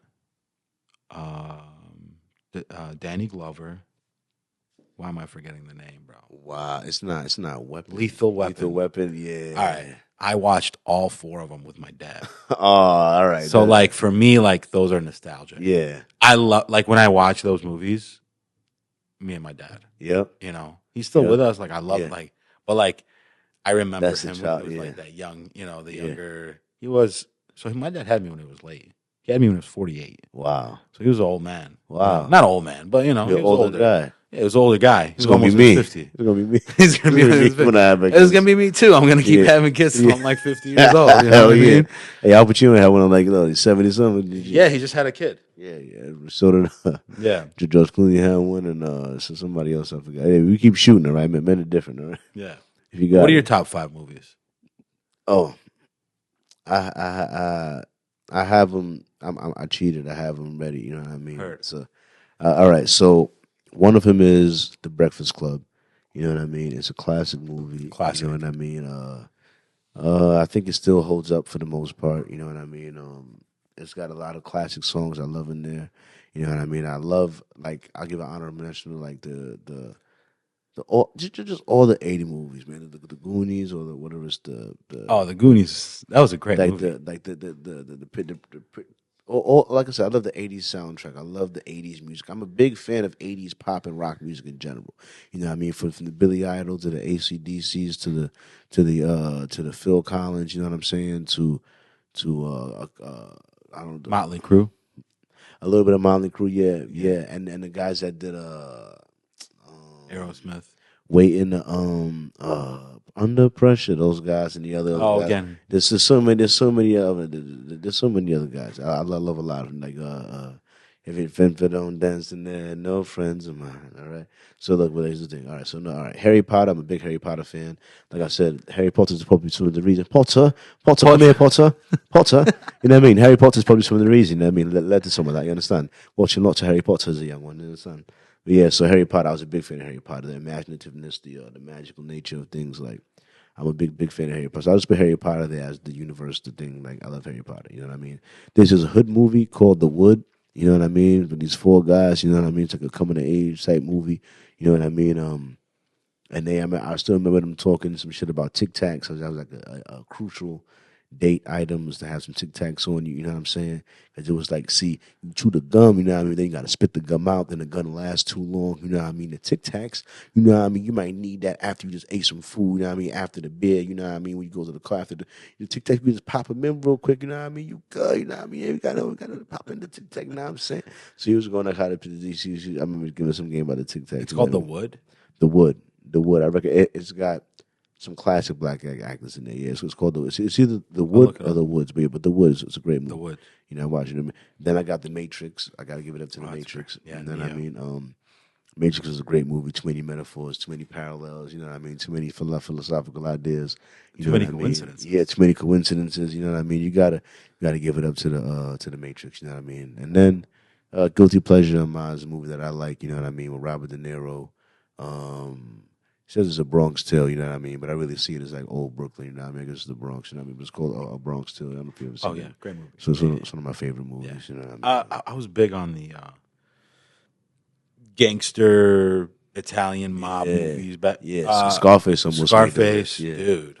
That's a fantastic movie. I love Scarface. I fucking love Scarface. Hell yeah. You know what I mean? My first job was a dishwasher. I want you my first job ever, like, was so was Tony Montana, all right? So was Tony Montana. All right.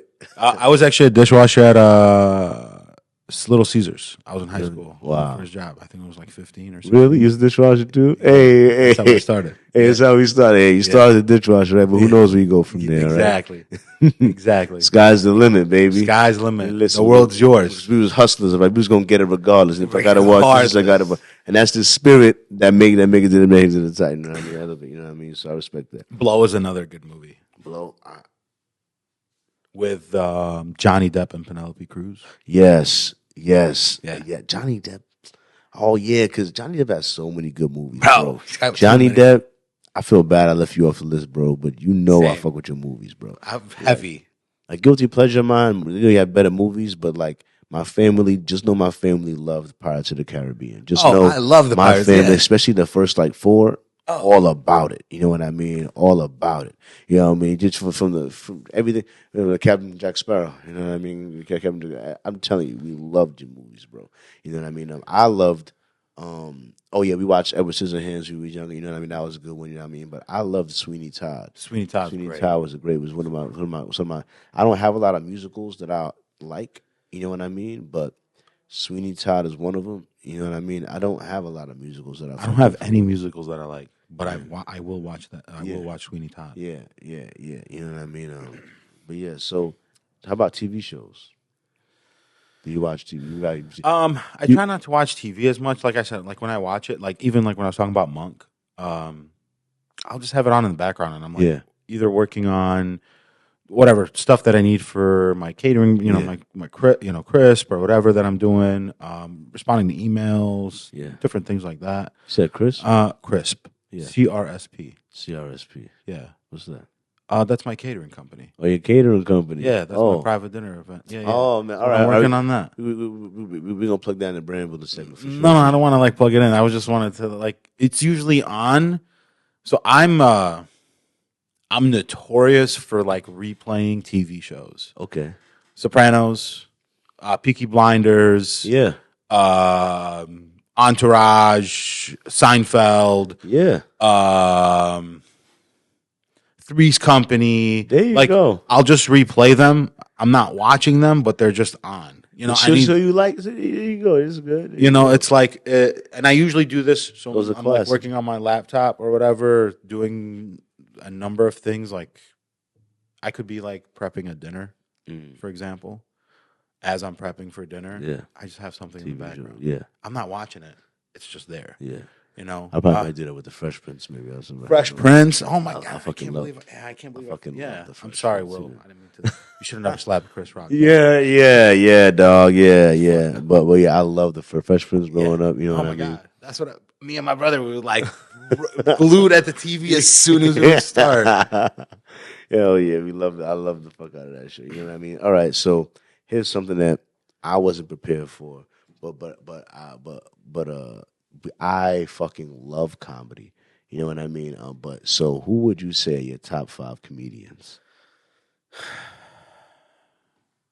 Man, you're just making this harder and harder, aren't you? It's not fair. Top 5 comedians. Top 5 comedians.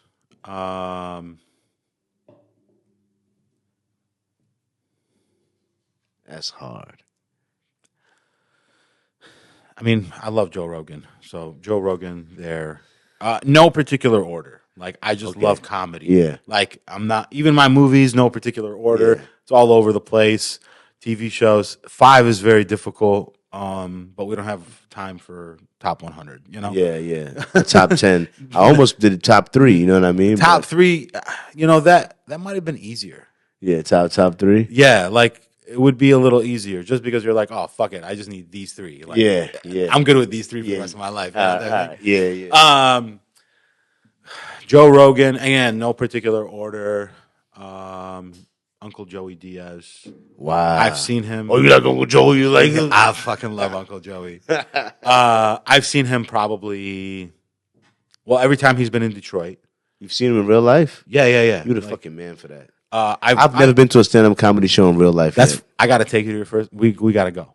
We're gonna pick somebody that we like, that we want to go see. I've never seen a stand-up act in real life. And we'll go to a stand-up. We should go to an open mic. I was gonna say, bro, you're funny as fuck. You should do some open mics. I've thought about it, but I respect Joe Rogan's made me respect stand-up comedy too much. Oh yeah, I want to do it, but like he wants you to do it. It takes a. You know what I have to see? You know, I think I might have the ability to do it. The only thing was why is this, because I remember him saying one podcast that if you want to know if you could be a stand-up comedian, you got to go up there and you got to bomb. All right, and if you could come back after bombing once or twice or 3 times, you might have what it takes.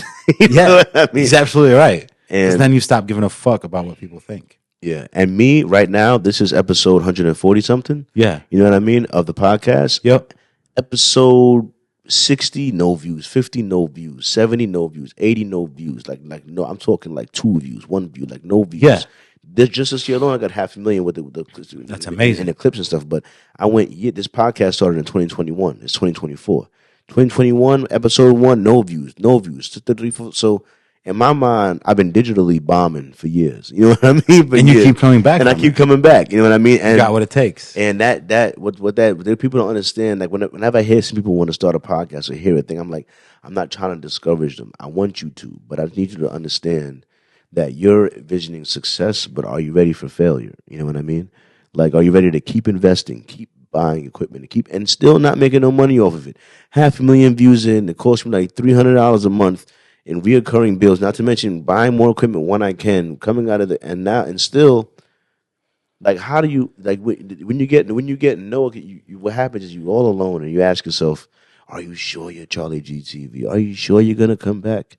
Are you sure you're going to, because the world seems to not give a damn fuck, you know what I mean, about it. So are you sure you enjoy doing this? Are you sure you're going to come back? You know what I mean? And 140 something weeks, I was like, yeah, I'm him. I'm going to come back regardless of what I need to improve. I didn't do this right. This needs to be better. Of course. This needs to be better. I could improve that. I messed up on that. That could be better. That could be better.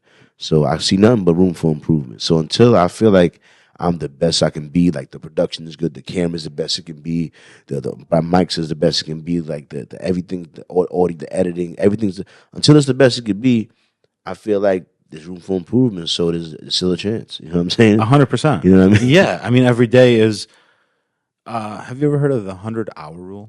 No. So what it is if you spend 18 minutes a day, just 18 minutes, in any practice, doing anything. It could be mathematics, could be karate, it could be fixing your car to become a mechanic or whatever it may be. You know, just 18 minutes a day. At the end of the year, you are going to be better at that particular practice than 95% of the world. And you're doing this over time, and you are getting better. So, like your first year when you started in 2021, right? Let's say you put in 100 hours that year. That's minimum. I'm sure you put a lot more. Yeah. You were better than 95% of the world at what you fucking do. Maybe. Now it's compounding. Yeah. So then now it's 2022. Yeah. And then 2023. So that's 3 2024. years in, Yeah. right? We're halfway through 2024. Imagine how many more that you are better. Yeah, the percentage is getting closer and closer to 100, but those to be better than those, 100 is harder and harder each time you and go. as you keep going, you're getting better and better. So let's just say you go up 1% a year. Yeah. 3.5 years in, baby. Yeah. From what I hear, from what they say to me, from what Ice Cube used to say and everything, and a lot of other brands too that not a lot of YouTubers too. They say it takes about 5 years. That's what a lot of them say. 5 years is a number that I've heard a lot. To truly master something. 5 years is a number I've heard a lot. To get a YouTube channel off the ground, to get a brand off the ground. They say they don't consider a restaurant a real because most restaurants close within the first 3 years. First year. In New York, and that's the New York numbers. Oh, New York numbers. You know what I mean? New York numbers. I don't know how it is in different regions. You know what I mean? But so if you survive longer than 3 to 5 years as a restaurant in New York, you got a customer base. You got a market. There's actual hope for you to survive. If you because so many fail in that first 3 years that like. If you make it past that 3 year mark, you're probably gonna make it to 10. You're probably gonna make it to you'll probably probably make it. You'll probably make it. You know what I mean? Because those first 3 years, a lot of them drop in them first 3 years. You know what I mean? So probably for the same reason, the profitability, the thing, people in and out is hard. It's difficult. You know what I mean? So shout out to everyone that keeps showing up because it's not easy. You got to show up every day. You got to keep showing up. And that's what So like, you said that you were kind of like. You don't know if you were going to make it or bounce back, as you said. Yeah. But you've bounced back so many times. Yeah. So like you're already in it. Yeah. And you're better than almost the whole entire world at what you're doing. I mean, almost. The thing is, like, in time and effort I've put in, you know what I mean? But I'm also wearing so many hats. You know what I mean? So I got to get better in for example, the sound, right? Yeah. I still have people coming at me in the comments now about old clips. Old footage from when I had this didn't have this right here. You know what I mean? This is $700. You know what I'm saying? Yeah. It took me a while to get this so that my audio was going to be now super clear all the time with all the pre-things, everything this has in it. Yeah. You know what I mean? But that took a while to get to. You know what I mean? But that's audio engineering is like one hat. You know what I mean? Then there's video editing, you know what I mean? Yeah. Editing all the videos, getting the subtitles and figuring out how to handle that together. Then there's getting ready to how to post everything. There's retention. I had to learn retention editing. You want to fucking camera switch every 3 seconds or 5 seconds because people's attention span, you know what I mean? Like there's so many things that I have to learn and get better at, you know what I mean? To make it. So it's like I'm better in some areas, you know what I mean? But like some areas is not hitting. Like my hashtag game is probably sucks. My thumbnails literally don't exist. Other than what I can create for Instagram, my thumbnails like for the podcast I have on YouTube. Mm-hmm. I don't have like thumbnails for real. Why don't you just use the same thumbnail across the board? I don't make any thumbnails. The only reason why I have a thumbnail for the thing on Instagram is just like it lets me just select the frame out of the video, and YouTube doesn't let me quite do that the same way. You know what I mean? That's fine. I just select that frame that you get from so take that picture that you get from Instagram, right, and then just put it as a thumbnail for everything else. That way, everything is consistent. Yeah, they all look the same. Yeah. I'll do that with them. That'll be like more like brand recognition type. Exactly. You know what I mean? Exactly. That's what I want for the main podcast, the big podcast. Yeah, of course. It's got no thumbnail like the oh no, you gotta put a thumbnail. Put like episode, whatever. Like if you want to label it, episode, whatever. Exactly. Like, but eventually I'm gonna get a format that I 100%. I mean, stick with. You know what I mean? If you want to like make it easier for you, is what I'm saying. Like you're saying, Instagram lets you select a clip, like a a frame from the clip or yeah, whatever. from the clip, yeah. And you can use that Yeah. same one across the board for like your actual podcast. You know what I mean? Yeah, that's what I'd be wanting for the, because at least so it could just, if you could just give me like, I'm gonna go in there one day and take a look at it. See, because sometimes YouTube updates. Maybe let me in there. You know what I mean? Because just that opening footage I be having at the beginning of every podcast that starts with some drone footage over Detroit, either whether it's the Tiger Stadium or it's Corktown or it's this block here or it's downtown Detroit. Some drone footage of Detroit is how every podcast opens up, and I'll be okay with just that. Just that, because that's a pretty picture. You know what I mean? Really, what I want is a more with the pictures of the two people there. You know what I mean? Or like a title for the thing with the number of the episode, like a real put together thumbnail. You know what I mean? But if it would just let me select the damn drone footage shot as the thumbnail, I'd take that, because sometimes it's like some random ass. It's okay. I'll leave it. Ain't bothering me. You know what I mean? So music wise, so. Oh, we were doing comics. We were doing. Oh yeah, we were doing comics. Did you? Wait. You're so right. I said, right. I'm sorry. So, we'll circle back. Thank for you, sure. Thank you. So, Appreciate Joe Rogan, Uncle Joey Diaz, Bob Saget. Wow, he's fucking hilarious. Eddie Murphy. Again, top 5 is very difficult because, like, now do I say Dave Chappelle, Andy Schulz, Burt Kreischer, like all these other guys, you know what I mean? And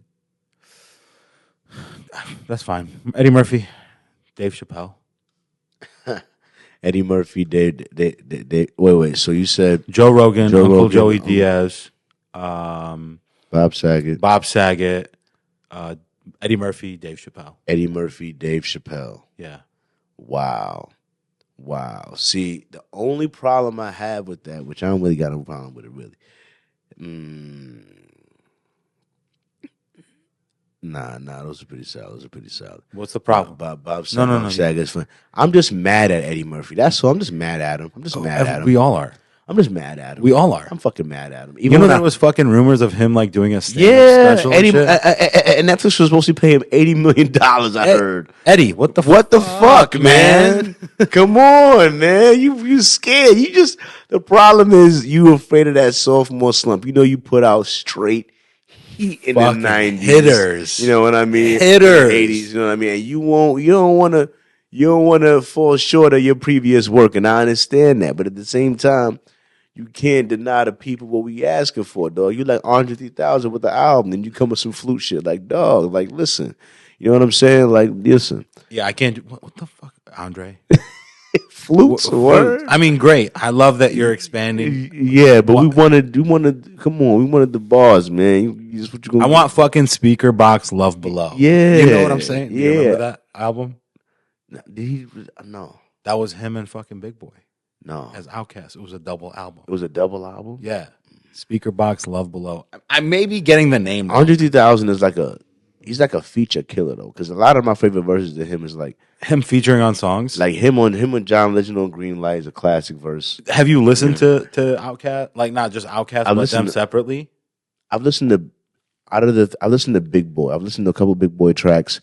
And Andre 3000, I don't know if I've listened to an Andre 3000 track. Go back to their album. Does he have Andre 3000 have it alone? Yes. Maybe I haven't paid attention. You got to go back. I got to go back. You think his features are great? Yeah, because Andre 3000, because he has like one on on Rick Ross's track, 16 Ain't Enough. His verse on there is fucking phenomenal. You know what I mean? So, I wanted to. I don't know if you asked us. I wasn't sure. Because, like I said, there's plenty of reasons not to fuck with hip hop, especially nowadays. There's more reasons to fuck with old school hip hop, but nowadays, dog, I don't even want to talk about it because I'll get canceled for how I feel about nowadays hip hop. But if you were gonna give the top 3 rappers, or top 3 to 5 rappers, who would you say? Who would you give respect to in the hip hop game? Top 3 rappers? Yeah, dead or alive, or just all in general?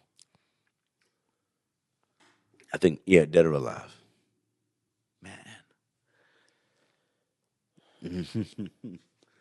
This is on the line. This is on the line. Yeah, this is on the line. There's gonna be a lot of shit talk on the block about this. 100%. 100%. Top three. Eminem. Eminem. For sure. Right, like, right. I'm from Detroit. He's going to make sure you don't get jumped on the block. Okay. No. You got to protect your ass. No. I was in 8th grade, and I'll tell you this. I was in 8th grade, and my cousin looks at me. He's like, hey, you listen to that new Eminem album? I'm like, I couldn't buy it because it was 18 plus. I was in 8th grade. He's like, well, guess what? I got it. Wow. We were in the locker room after gym class. That was the first time I listened to the an album. Slim Shady album. Yeah. That first album that came out Hi, in 99. my name is... Hi, my name is... What? My name is... Slim Shady. Hi, my name... Yeah. Hi, kids. You like violence? You want to see me stick 9-inch nails through each one of my eyelids? It's crazy. Bro, yeah, when I heard that, I'm like, what the fuck? I For real. loved it. So, obviously, Eminem. But overall, lyrics-wise, the way he rhymes, the way he puts together the verses themselves, there's some songs, if you go back and listen to them, they're referencing previous songs. So you would have to know what he's talking about. His like the level of genius on that. Like I feel the same way about Kendrick. Like not just because he just ripped the shit out of Drake, but even before that. Yeah. Like with the Money Trees, like like that was a Good Kid, Mad City was an amazing album. That's a hip hop classic. It's a classic. That is a hip hop classic, and you gotta respect Turner. 100%. Like, I mean? But the way that he thinks about his lyrics, I love it. Most people probably won't. I'm not a huge New York rapper guy. Oh, okay. I love the South. Everyone hates New York. I love New York most times for the old school. I love the old school New York, and this is who I was gonna say. I was gonna say Big Pun. Okay. All right, like, Puerto Rican, Bronx, New York. All right. Yo, again, I go back to lyrics. Yeah. Because when I listen to his songs, they give me like substance to like pay attention to be like awake. And I feel like most music today, even in hip hop, I might get canceled, but I don't give a fuck. It's all brain dead. Yep. It's all brain dead. Yep. I'm listening to it. I'm just a zombie. That's it. But back then, like with Big Pun, Eminem, Kendrick, even Biggie. Like, I'm not trying to not give Biggie, you know, I know you're from New York. Your fucking favorite rapper is probably Biggie. Biggie, that's one criticism I have of Biggie is the substance in his bars versus Tupac. That's one criticism of Biggie. You know what I mean? He seems to lack a bit of, he hints a little bit of consciousness, and I feel like overall he was known to be a loving individual, but at the same time, he didn't necessarily reflect that, and it wasn't necessarily, where I guess maybe because Pac had more upbringing with like his I heard he was like a Harlem revolutionary, like his mother's with Black Panthers or whatever. So I understand that he had more of that revolutionary spirit in him to be, you know, in that way to fight for the people. Of course, you know of course. But when you say the mindlessness, that's my problem with it. In my opinion, what's happened to literally almost every genre of music right now is it's being commercialized and monopolized, which is like art.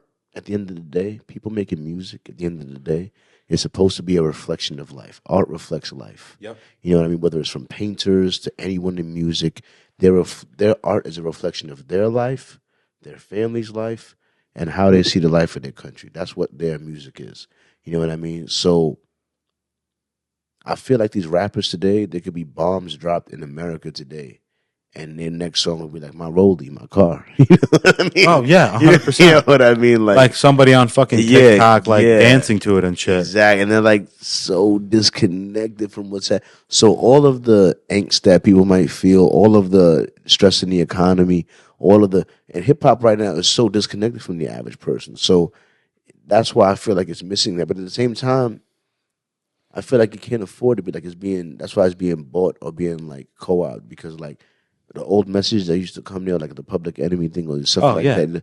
They didn't want none of that. The conscience of hip hop and all of that, I think they did their best to try to snuff that out. Yeah. You know? 100%. And that's why, even though through all this hip hop beef and everything, I was like, granted, I can't tell you how many times I danced to the "They Not Like Us" track. I can't tell you. You know what I mean? I can't tell you how many times I dissected the bars and all of that. Like I done did it. I understand that. Yo, there's like some triple and quadruple entendres in there. Yeah. It's so fuck? Like, that's what I mean. Like, as a rapper, it pushes me because I haven't written verses in a long time. Yeah. And like in a year, like, you know what I mean? And I finally wrote verses the other day. And all of this rapping stuff, I still feel like the verses I wrote ain't shit because I need so much more. I was doing my best, you know what I mean? I still need so more. And the best line I got out of the best line, I got 2 lines out of there. I'd say the best line I got out of there was like, I said, if I blow up, you want your piece. I give you a plate though, because I think different. Like I was born in Greece, you know what I mean.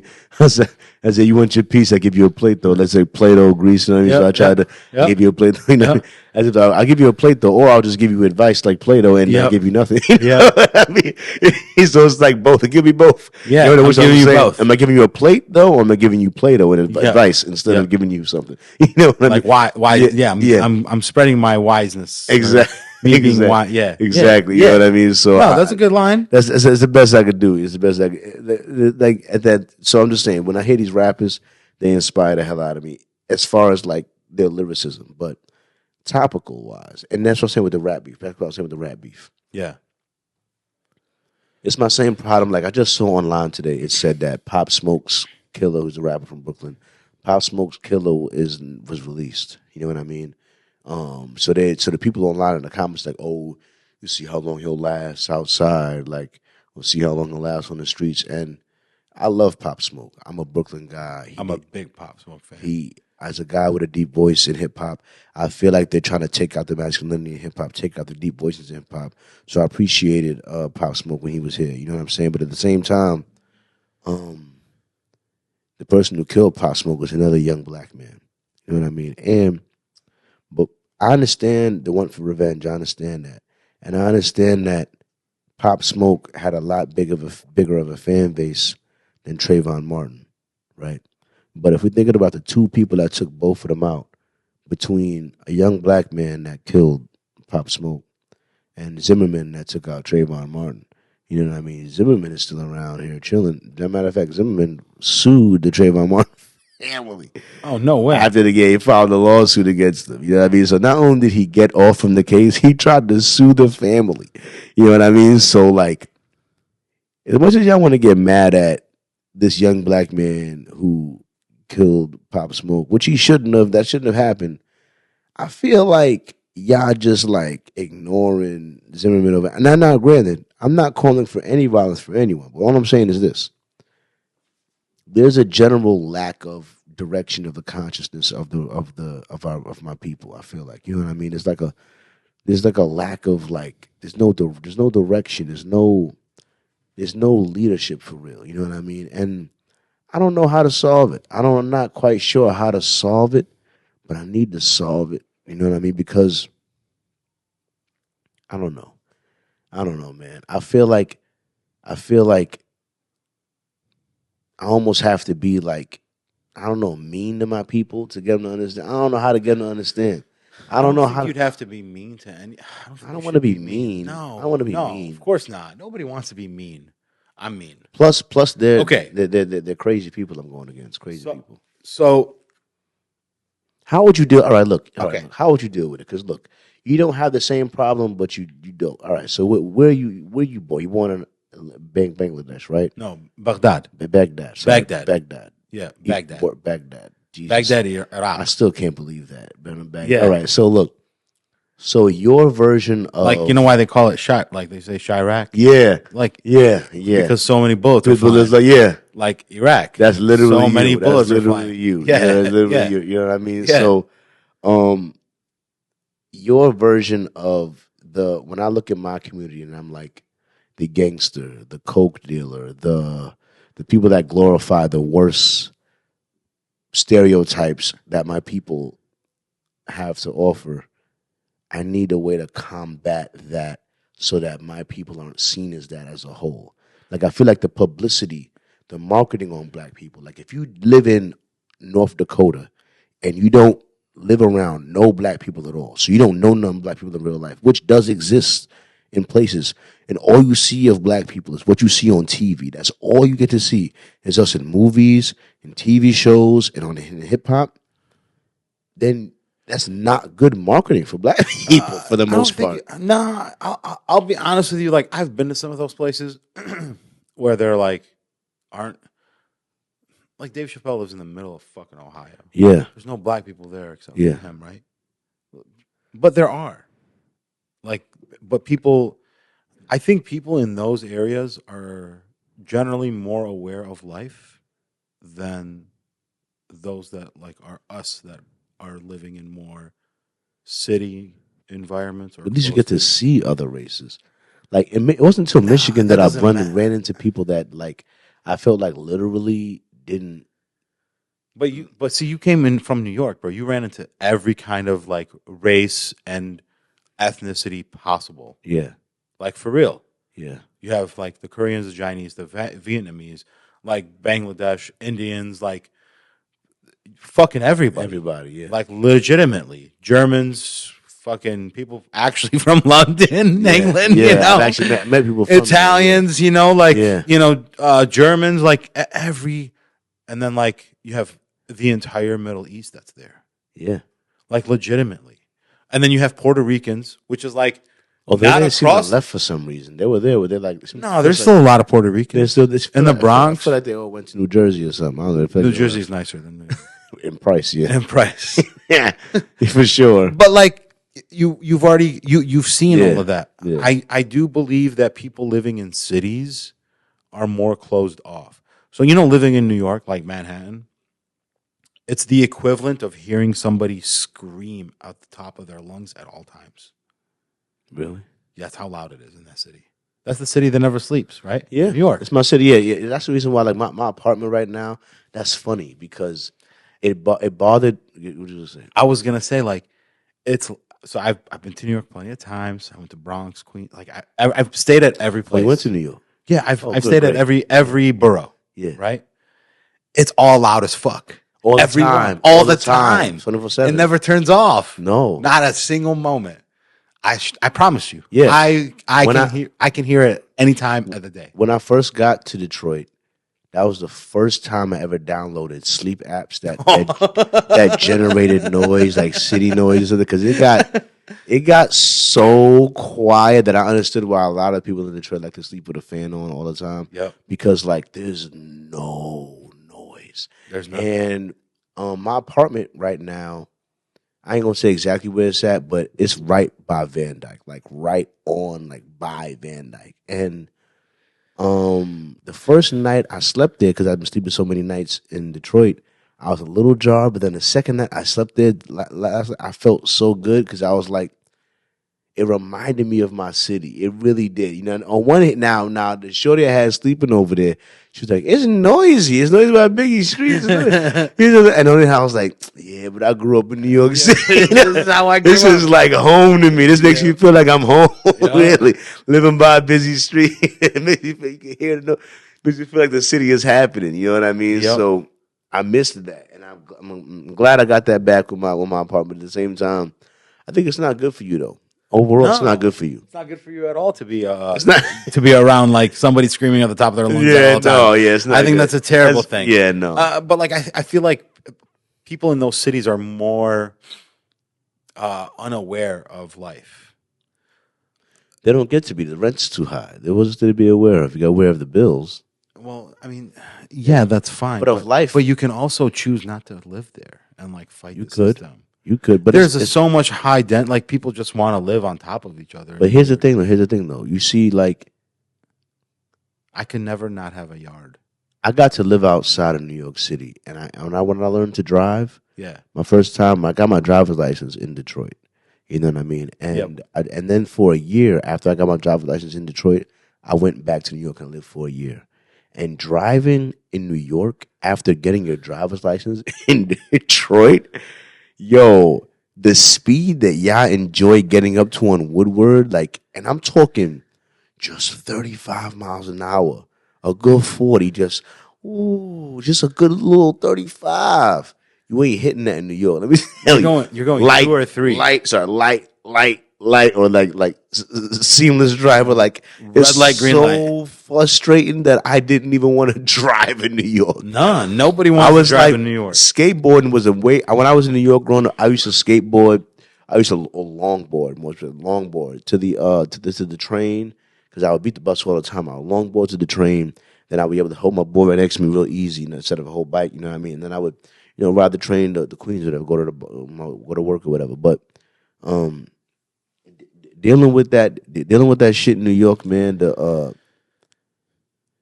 I don't know. Like we are cut off though. One thing I said we was cut off by. I seen this documentary on starlights. So Michigan's not that good for that either, honestly. But it was talking about how when you look at old school religion and old school and ancestral ancient philosophy, whatever, a lot of them they were so engaged with the night sky.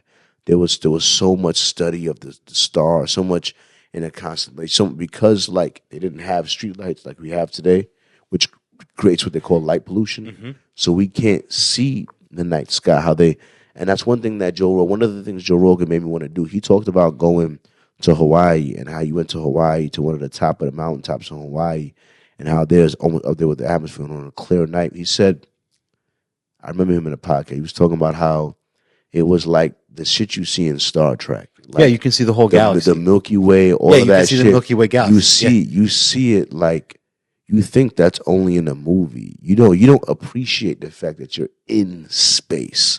Most humans don't really appreciate the fact that they're, at least Americans. Maybe if you're in Africa, there's a lot less light pollution.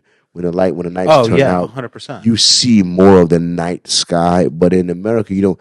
I mean, when I went to Jamaica, I seen more. When I was a kid in Jamaica, I seen a lot of stars. You can go up north here. You can go up north here. Way in the boonies. Like, don't go to like any popular city or anything like that. Even if you do, you can still go to spots where like it's far away from that particular city, where you can literally see everything. Yeah, it's pretty wild. So like you were saying, like what do I think about them and like their religion and like or what they believed in and how they observed everything? They were more connected. Do you ground? Do you ground yourself? That's when you take your shoes off and you get into the ground. You grass. Feel on the grass. On the grass. I don't do it regularly at all. I did it one time. No, but I guarantee you, like 1% of America does it. 1% of the Western world or places that wear shoes. One of the first times I did it on purpose, consciously, was when I was with my friend Brandon, who I think is mad at me for some reason. Brandon, if this becomes a clip and you could ever share it and I could ever see this, I'm going to share you with this clip.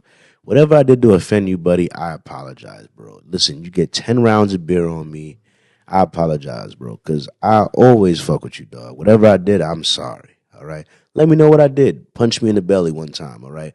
But let's be buddies, all right? But my guy, Brandon, we were tripping on mushrooms one time in the jungle. Not in the jungle. It was, to me, Brooklyn nigga, it was a jungle. In Michigan, it was like in the jungle, you came from everything that's concrete and brick. You were in the jungle at this point. Yeah, I was in the jungle. It wasn't the jungle. I'm so dramatic. It's not the joke. But yeah, we was tripping one time. And by the way, tripping on mushrooms in nature with a little bit of weed is one of my favorite things to do in life. But anyway, I was there and he took off his shoes first. And then he's like, yo, get connected with the... And I did it, bro. And I'm telling you, one of the things that I love, I feel like mushrooms, one of the things that it did for me is like, I feel like it opened my view of my perception, you know what I mean? To the point where I couldn't quite process all the information I was taking in. It's like how photographers, and I haven't done this yet, they say, like, on my drones too. My drone is a Mini 3 Pro. They say there's like a D log or like an A log form where it's a flat color profile, but the camera's actually taking in more information, more like information that overall when you color it later, it'll be a more better image, you know what I mean? But I'm not a real photographer, so I don't know how to do that, you know what I mean? That's how I feel with mushrooms. I feel like my view and perception and my senses were like this wide. And when I took mushrooms, my senses and perception and my ability to perceive things was like this wide. And I hadn't developed the brain tools to fully process the extra percentage of signals and intuitions and things I was feeling and picking up on. I couldn't process all of that in a way to be effective enough on it. I was just experiencing it because I was like, wow. So when I was in nature, well, one other time, right? This is one of the first times I felt like it was crazy, bro. So I'm with him, right? We're tripping we're tripping. We see these deer. Here's what happens. It was raining. One day it was raining, right? Okay. I told the story before. I'll speed it up because they don't know what happened after this. So yeah, I'm taking mushrooms and it starts raining. And I get mad for like 2 minutes because it's raining, right? And at the end of the day, I'm like, wait, the nature needed this rain. Nature's calling for this rain. If it wasn't for this rain, I wouldn't be here experiencing this beauty. So I was like, you know what? Fuck it. It has to rain. That's necessary for the beauty. So I became okay with the rain. The rain stopped bothering me. So I'm walking in the rain. Remember, we walk in the rain. We're staying in still with the shadow of the trees. You barely feel the rain, really. So we're in there. We're in the rain or whatever. And because it's raining, the people in the place are way lower. So what happens when it's raining? Way lower people, the animals come out. So we saw like literally I don't know what it's called. If it was lions, I call it a pride. I don't know what it's called when it's a bunch of deer, but it was literally like a good 15 deer, dog. You know what I mean? Good 15 deer. And there was little skinny little girls. There was little deer. There was skinny little young teenage looking. Fawns. With the, still it had antlers, but it was like smaller antlers. And then there was the big papa, who was obviously the biggest deer in the motherfucking 15. There was one big motherfucker. And when I hands is like this antler, all right, dead ass. His antlers was a good this big. This is the head at the start of his head. This is his antlers, bro. And the top of his back was at the top of my head, bro. Like probably taller. So this is a big fucking animal, dog. And I was there with my buddy, and they were like, I'll say, I'm a old football player, I'll say they were like 20, 30 yards away. When I was walking, when I stopped, we had acknowledged it. It was like, oh, cool deer. And then the biggest deer, at first he was laying down. He was laying down, but his head was turned to me like this. And I seen he was looking at me. And he seen me not move. We was standing there looking at each other. And then he said, for some reason, he stood up from sitting down and squared his shoulders with me. He was looking at me like this. And when I tell you, between me and him, there was just enough part in the trees. There was just enough. There was a little path. I could see the path. Oh, fuck. And then my head, all I had on me, I work in the factory, right? Became the after work, right? So I got work gloves on me. The work gloves offer like protection as far as penetration. So I put the gloves on to grab a stick, right? To grab the thickest stick I could find, right? Because let me tell you something, bro. When I was standing there and that deer, that big ass deer, stood up and was looking at me like this, squared up, and was lined up with me, and I could see a path towards me, and I seen the only reason why I thought he wouldn't charge is because of how big his antlers were. His antlers he might have to dodge between the trees because of how big his antlers. Because there was enough space for me to get to him. Yeah, but for him to get to me, he might have to because of how big he was, bro. And bro, that's a buck, bro. I know from Red Dead Redemption 2, that's a motherfucking buck, dog. You know what I mean? And bucks in Red Dead Redemption 2 would fucking charge you every once in a while. You know what I mean? I was thinking in my head, bro, if this big ass animal charges me, it's gonna be it's gonna be a long day. It's gonna be a long fucking day. It's gonna be a long fucking day. It's gonna be more than a fucking day, though. Might be like a week at least. Yo, dog. That's if I make it out of here, dog. They're not scary. Like I'm not. I respect their fucking power. And then what I said to myself was, I remember Joe Rogan's hunting story talking about you don't want to show weakness. You don't want to show so I kept my body frame squared to him. I kept my shit up, you know what I mean? But at the same time, I didn't want no beef, right? So I was trying to really retreat with my homie, you know what I mean? But then the deer started doing the weirdest thing, bro. I don't know if I was tripping or not seeing, but in my mind, I swear on everything, the deer started it would take one step forward, half a step forward, then it would take one step back, half a step back. Then it would take one step forward, slow. It looked like it was it was like fucking charging it. It was slowly, like doing a little, almost pacing back and forth, if I go, if I went. That's what I think in my head. I was thinking it was thinking about the path forward. That buck was loosening up. Yeah. That's his warm up before his workout. That's what that fucking buck was doing. I didn't even think about that. Like, so my parents' neighborhood, a lot of deer always come by. Yo, some of the bucks that I see are fucking huge. Yeah, yo, I never seen a buck in real life before that, bro. But nobody hunts them because like it's illegal to hunt them out here, you know. Yeah. So they can be as big as they want, eat whatever, fuck all the bitches, get all of them pregnant. Yeah. You know what I'm saying? They get huge. They're counted like by their points in their. It's right behind you. You good. They're counted by the points on their antlers. Are they really? I've seen a 18-point buck. That's huge. That's huge. I didn't even think about like a 12-point buck is huge. Because like the rack itself. Yeah. And I was talking to one of my neighbors. Told you the rack was. I couldn't even think about that. Yo, I was talking to one of my neighbors. He's a hunter. That's like an avid hunter. I know they counted them by their points. Yeah, by their points. That. Yeah, like they'll call it like a 12-point buck or whatever. Wow. Yeah, that's how they dope. So I was talking to like my neighbor. He's a hunter, like huge, avid, like bow hunter or whatever. You know, when it's rifle season, it's rifle season. But he'll bow hunt all year or whenever it is, for most of the year.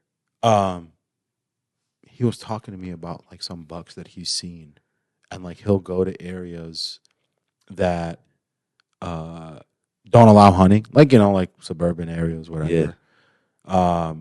Don't allow hunting and how big they get. And he's like, where I go hunting, you know how fucking small they are? Because they get hunted. So when they get hunted, they're smaller. When they don't get hunted, they get bigger. Because they're allowed to get that big. And they get old as fuck. Yeah, because they'll kill younger bucks. Yeah, exactly. You know what I mean? Oh, yeah. You know what I mean? Yeah, like, I mean, lions are the same shit. Every animal. Yeah, that's why that animal kingdom but that's why ruthless. But that's why you killed the oldest one. You should kill the oldest one. But I'm saying in areas that you're not allowed to. Like, I'm not allowed to kill fucking deer in Southfield. Yeah. Or Troy. Yeah. I can't pull up with a fucking bow and arrow and then you hit it with your car and put it in the... I think that's illegal, too. I think you have to leave it. I don't know. I'm not sure. Don't quote me on it. All right. I'm going to have my buddy follow me in the car. Then I'm going to hit it, and he going to put it in this trunk. No, right? I'm not sure. I don't know how they are with that law. That's crazy. That's crazy, bro. If I hit it, I can't eat Okay, so we were talking about rappers. die. Sorry. I don't know how we got here, but we were talking about rappers. We got to circle back around. Okay. Big pun. It's right behind you. So, a big pun. Future. I didn't see that coming. CEO. I'm not joking. CEO. Oh, for sure. I love God. Future. Like when growing up with me and my brother, we listened to everything that was like really Southern. Mm-hmm. Yeah, you said you like Southern rap. I love Southern rap. Yeah, like Paul Wall, UGK, like all that. Like for me, that's what I grew up on. You know, I grew up on like Juvenile and like C Murder and 3-6 Mafia and like that's what I had kicking out of my speakers. So did you high school. Did you like Lil Wayne at all? I love Lil Wayne. Yeah. Lil Wayne's the greatest rapper alive. Yeah. Lil Wayne was I'm getting to him like because like we were talking about like double and triple and quadruple entendres. That's the fucking king of them. Yeah, he really is. No Ceilings is to me one of the greatest ever. You know what I mean? No Ceilings rap or mixtape or whatever you want to album mixtape. It was one of the part greatest. 3. Which part? No Ceilings. Which one? I say the first one, but I know he did a No Ceilings 2, and he did a 3. He did a 3 too. Yeah, I believe so. Was 3 good? Yeah, they're all good. But I know No Ceilings 1 was like fantastic. It was fantastic. Bro, I still my favorite starts was nigga, we are so ready for the war. CARTER, put the B in ER. I'm colder than BR. Add another 3 R's. Watch me like DVDVCR. I was like, stop it. Hold on. It just didn't stop. Hold on. Y'all did not hear what he just said. You have to stop and like analyze it with like a pen and paper, like it's some kind of fucking mathematical equation. And it is. What? Yo, that's what I'm saying. Like, just things like that I miss in hip hop. Yeah, man. Did you ever hear anybody trying to go up against him in like a rap beef? Nah. No. Nah, they ain't want no smoke. And if they did, He did a whole mixtape in 24 hours. That's the biggest strike against Drake's career to me is his war record. He's really like 2-1 or 2-3. The only person he beat in a beef was Meek Mill. That was it. You know what I mean? He didn't beat Pusha. He didn't beat Pusha. He definitely didn't beat Kendrick. No. That's what I'm saying. He's 1 and 2. That's what I'm saying. White Flag was with Kendrick. Yeah. But, okay, so like, even if they did, now people forget that back in the day, that's how you listen to music was just mixtapes because none of the labels or anything were around to release your music, no matter how fucking derogatory or violent or whatever it was. But if you dissed Wayne in any way, he had a fucking mixtape by midnight released. Oh yeah, it wasn't just one song; it was a whole mixtape dedicated to your destruction. Yeah, for real. Like a whole thing ready for you. And it popped off. And then like newer rap, like people say mumble rap is cool. Like, sure. If I'm at the bar, club, whatever, I'll listen to it, but it's fucking trash. I don't want to listen to it. That's like how when you were talking about Eminem, my appreciation for Eminem is more involved with his, because I'm a freestyler, right? Yeah. I write bars, you know what I mean? I do, but I do enjoy freestyling, and freestyling like really off the top. Not what rappers do today when they're like, I'm a freestyle. Yeah, pull out their phone. No, I'm talking like 5 Fingers of Death or whatever type shit. Off the top of the head, never heard. Yeah, like I'll give you a word, Greek cup, and then you go off. Yeah, exactly. You know what I mean? Like really freestyle. You know what I mean? So, and that was the version of Eminem that I enjoyed the most. You know what I mean? Labrador walk the talk with a Labrador. You know what I mean? Like my God, Eminem, he's has so many freestyles and like different little like battle rap things and stuff like that. I loved his freestyle. And his songs was pretty good too, like the Mockingbird and a couple of other ones. You know, it was really good. You know what I mean? But Eminem's freestyling is why I really, really enjoyed him. Dude, he's just, and I feel like that's not in music anymore either. Like freestyling, not hip hop. Period. They don't. No. You know why? Because you know why? You know why I think it is? It's because embarrassment. Because you're gonna fuck up if you freestyle for real. You probably gonna stumble over a couple lines. That's probably gonna mumble. You probably gonna fuck up.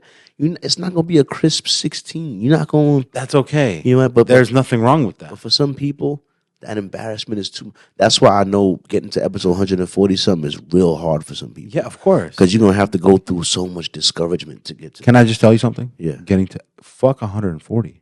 Getting to episode 1. Yeah. Just start the motherfucker. Just one. Just the first one. Yeah. Is one of the hardest things that anyone can do. Yeah. Just doing that first step. You took that first step and then you took 140 more or 139 more after that. Yeah. Do you get what I'm saying? Like, so a lot of people don't even take that first step. So in music, like we were talking, it's just different. People are mindless. There's no more like using of your brain. Like when Eminem rapped or whoever, and whatever they talked about, I didn't take it fucking seriously. Yeah. I didn't think like he was actually beating the fuck out of Kim Mathers. No. I hope not. Do you know what I mean? Yeah. Or like talking shit, like cleaning out my closet. Like like I would always wonder what was going on with Eminem and his mom. A lot of beef there. I'm sure there's a lot of beef, but like I don't think he did anything like him that. with his like what was that No, my girl was in the thing. She was tied up, and the kid in the bed, the stand. Yeah, that shit. Yeah. No, I didn't think Eminem. But he was writing about it, which was like him. You know what I loved about old school? Well, not old school, but like they painted a picture for you. Mm-hmm. When you listen to the song, you were able to visually transport it. Yeah, even Wayne, Big Pun, like the way someone like. The way that they would rap or put the lyrics together, they're painting a picture for you. Yeah. Almost as if you were there and like you're envisioning it. It makes sense. They were great storytellers. They were great fucking storytellers. That's where I fail the most, I think, as a rapper. All my things as a rapper, I tried to storytell. Every once in a while I've tried. But I can't beat these great storytellers. They're so great at it. And it's like one of my favorite parts of rap, bro. It's telling the story. And that's the reason why I love Biggie. That's one of the reasons I did, because he was a great storyteller. Dude. When he would tell you, you know what I mean? Like sky's the limit. Yeah, I'm telling you. He was a great storyteller. And then, of course, I got a storyteller. Nas. Yeah, Nas was another great storyteller. Jay-Z was another great storyteller. That's why he was in my thing. But and also Slick Rick. Slick Rick was he's a murderer. You know what I mean? But anyway, yeah, Kendrick, J. Cole, Jay-Z. You know what I mean? Biggie. Not in that order necessarily. You know what I'm saying? And that's only 1, 2, 3, 4. Damn, who else was? I think I had Lil Wayne there and Gucci Mane, but I knocked both of them out. Jeezy, Gucci Mane. And I wasn't sure which one I was gonna put there because. Did you ever listen to like West Coast rap? Like, were you big on West Coast rap? West Coast rap. If I had to pick a West Coast rapper that I was most cool with, it was probably between Kendrick and Snoop Dogg, probably. Oh, okay. You know what I mean? Because Snoop Dogg had a lot of hits that I appreciated. You know what I mean? He had a cool delivery. You know what I mean? I appreciated some of his shits. You know what I'm saying? I probably, if I had to give it to any West Coast artist the most, it would probably have to be Dr. Dre. Not just because of his vocal rapping, because that's probably not why, but his production. His production, I probably love more Dr. Dre beats than I realize I do. 100%. You know what I mean? Because 50 Cent is Dr. Dre, and Eminem is a lot of Dr. Dre, and Eminem is probably and Snoop Dogg a lot of it is Dr. Dre. So Kendrick. Dr. Dre's his musical influence is to the point where I probably like him more than I know I do. Okay, so I know someone that knew his engineer or knows his engineer. Yeah, Dr. Dre's engineer. Dr. Dre's engineer. Yeah. Okay. He was telling him that like Dr. Dre's got like hundreds of thousands of unreleased songs. Not just beats. I'm talking about full songs. Full fucking songs. Like 100,000. Not including beats. Now he has beats, and I'm sure it's probably triple. Yeah, his like his drum kit is different. Yeah, exactly. His hard drives are built different. Yeah. You know what I'm saying? And like just to think about the stuff that he hasn't released yet. Either he's waiting for the right time to release it or he just doesn't think it's good enough.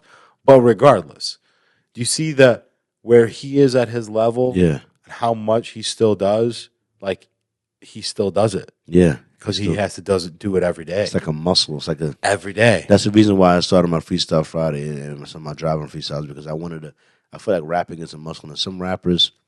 My problem with rappers and most content creators, how they do that, they think that you could do it whenever you want to do it. You know what I mean? They're not like if you was a YouTuber, you would know, all right, you got to drop once a week or twice a week. You know what I mean? But if you're a rapper, you'd be like, I could drop whenever I want. I could come out with a tape whenever I could do whatever I want. You know what I mean? So you don't put in that same work. You know what I mean? Where the dedication. Although I understand inspiration got to strike and all of that. You know what I mean? No, fuck that. Wayne said it best on Star 67 off of a Drake album.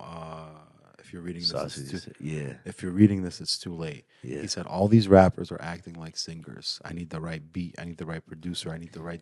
Man, fuck that. Go into the studio. And just do it. Yep. That's why we have so much Wayne stuff. You're right. That's why we have so much Wayne. Yeah. Sure, some of it is not the best, but guess what? I'm still gonna fucking listen to it because it's Wayne. Yep. Not only that, but it's good. It's probably better than most of the shit that's on right now. It's true. It's true. And you know what I mean? That's the thing that puts, because I that's one thing I told myself when I started this brand. It's like, I'm gonna stop saying no to myself.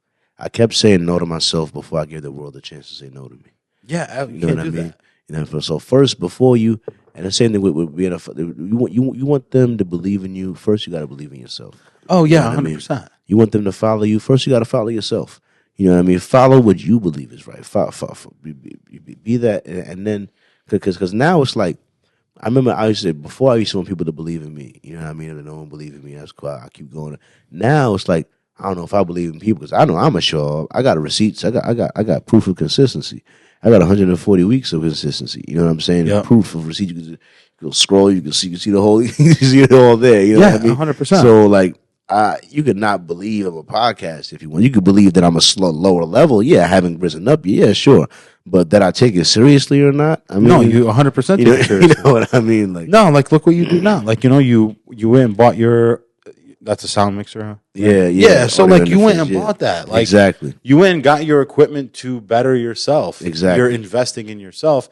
We had mentioned this a little off the pod before about like, it's not waste of money if you're spending money to make yourself better or your product better. Yeah.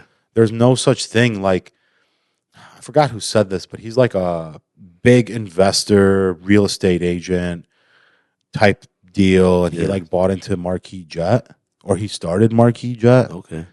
And the only way, he's like, I want to get Jay-Z to buy like, some or invest into Marquis Jet. Yeah.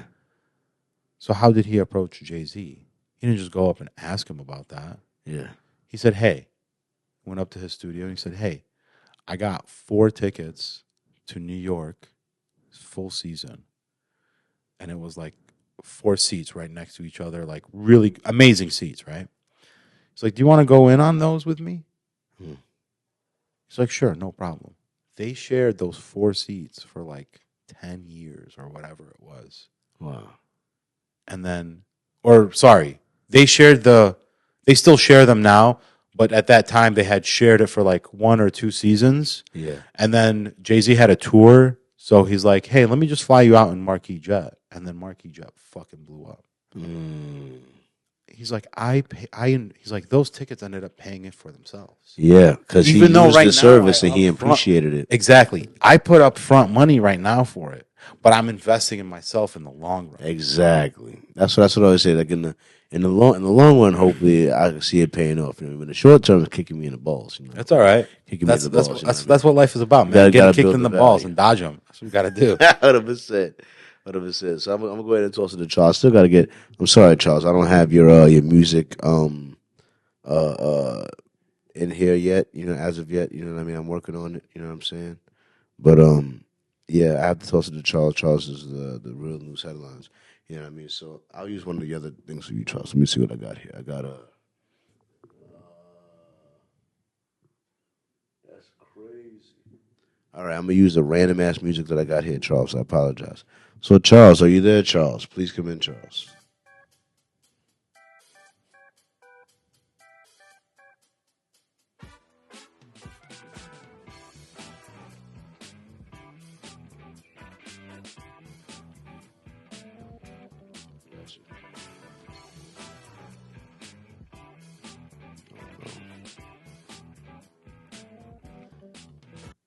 Oi. Charles here with the news and the headlines to keep you lot informed what's going on in the world. You understand?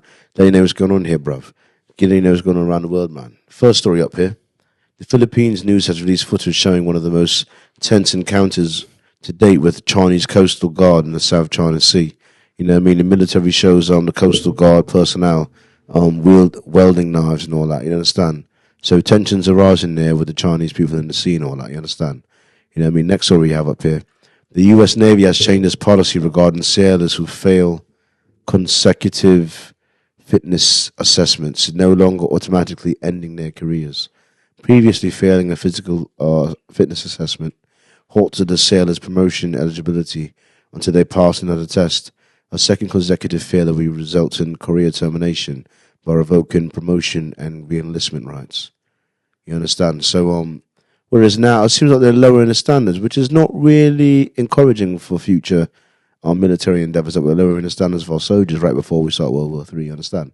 And apparently there's been a new mutual defense act in North Korea and Russia have signed a new defense pact, pledging to defend each other if ever attacked, which means that we have to deal with North Korea if we attack Russia, or if we attack North Korea, Russia is prepared to defend them, you understand? So there's several photos of North Korea, of Putin and other homie there in consuming wine and riding and floats and all that together. So yeah, man. For more information on these headlines, feel free to do your own fucking research. And with that, back to you, Charlie. Thanks, Charles. I appreciate that. Thank you. Thank you for the headlines. You know what I mean? But yeah, anything you wanted to say about that? That it's kind of fucking wild where we're heading to. Yeah, it's really wild. Yeah.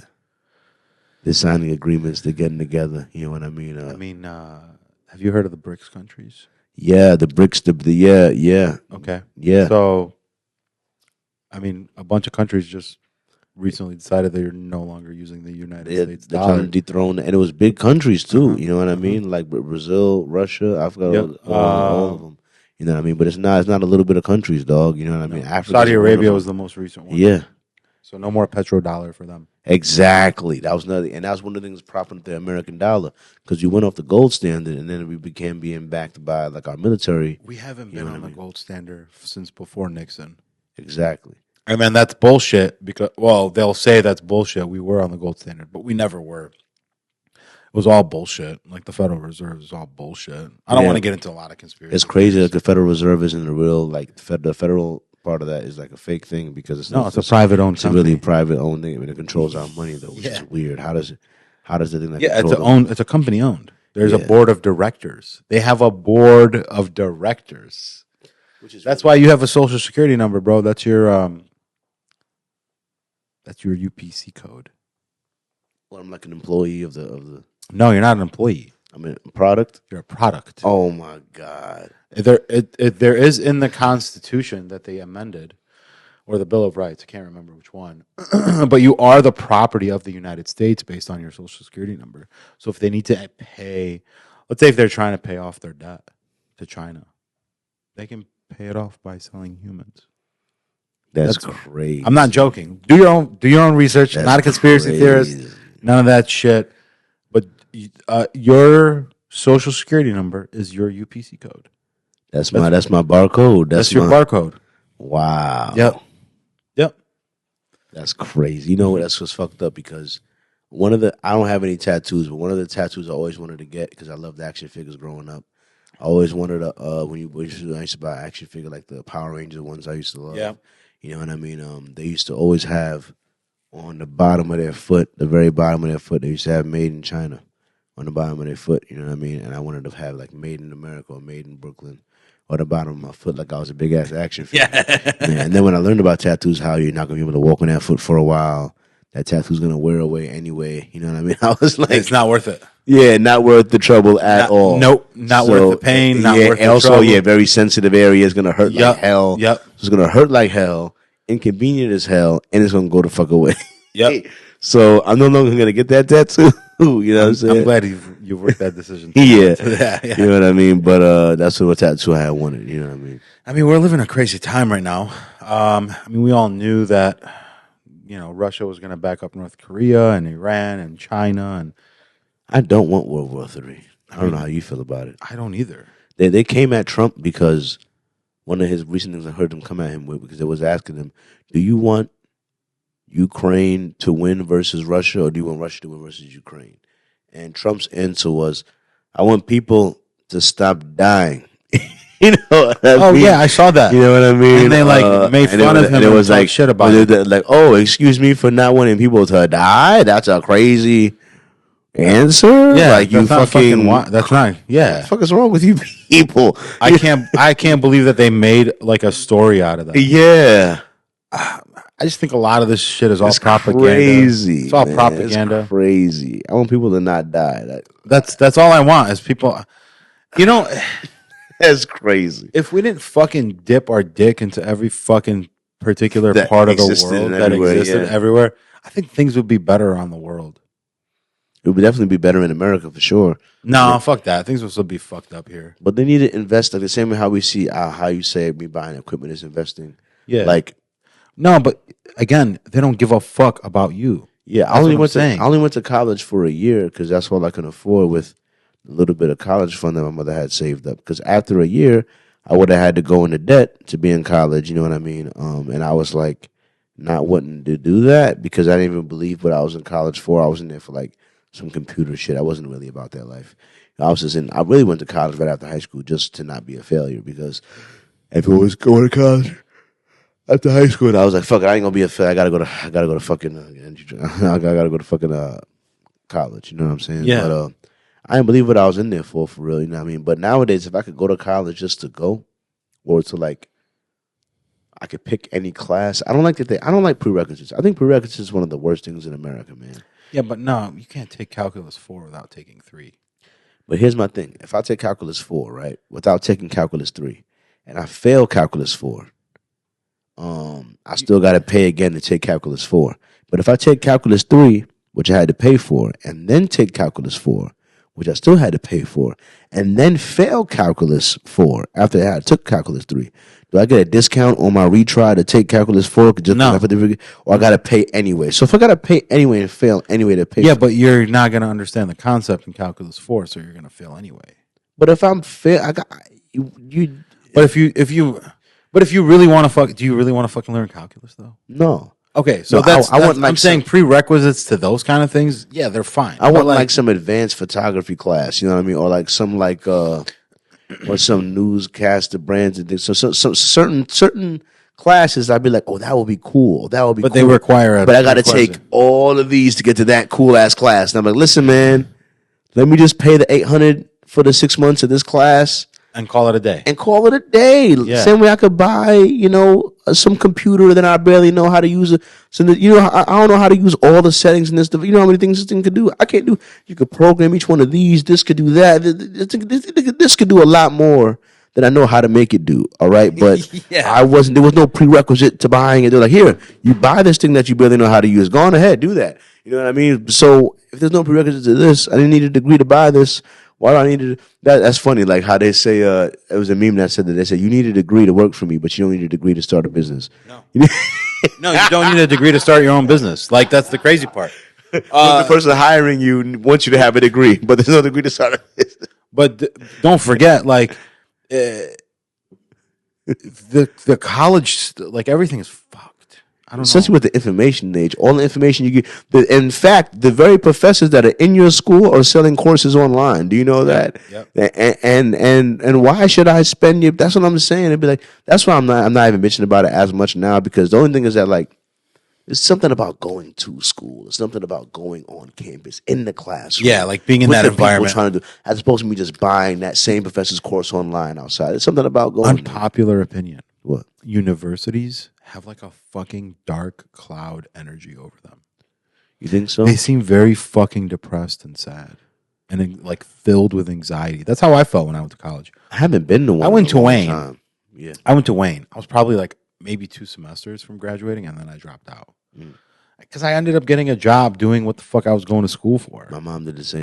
You know what I'm saying? Like I got that job and I kept it for like 12 years. And then I got bored, and then I quit that, and then became a chef. Yeah, like truly in the worst ways ever to murder myself by being on my feet for like 14, 15 hours a day. I'm telling you, man. In the worst conditions, man. Yeah, in the worst conditions. By the grill with the charcoal, just I'm sweating. I'm in front of 1,000 degrees at all times. Exactly, just leaving work well done.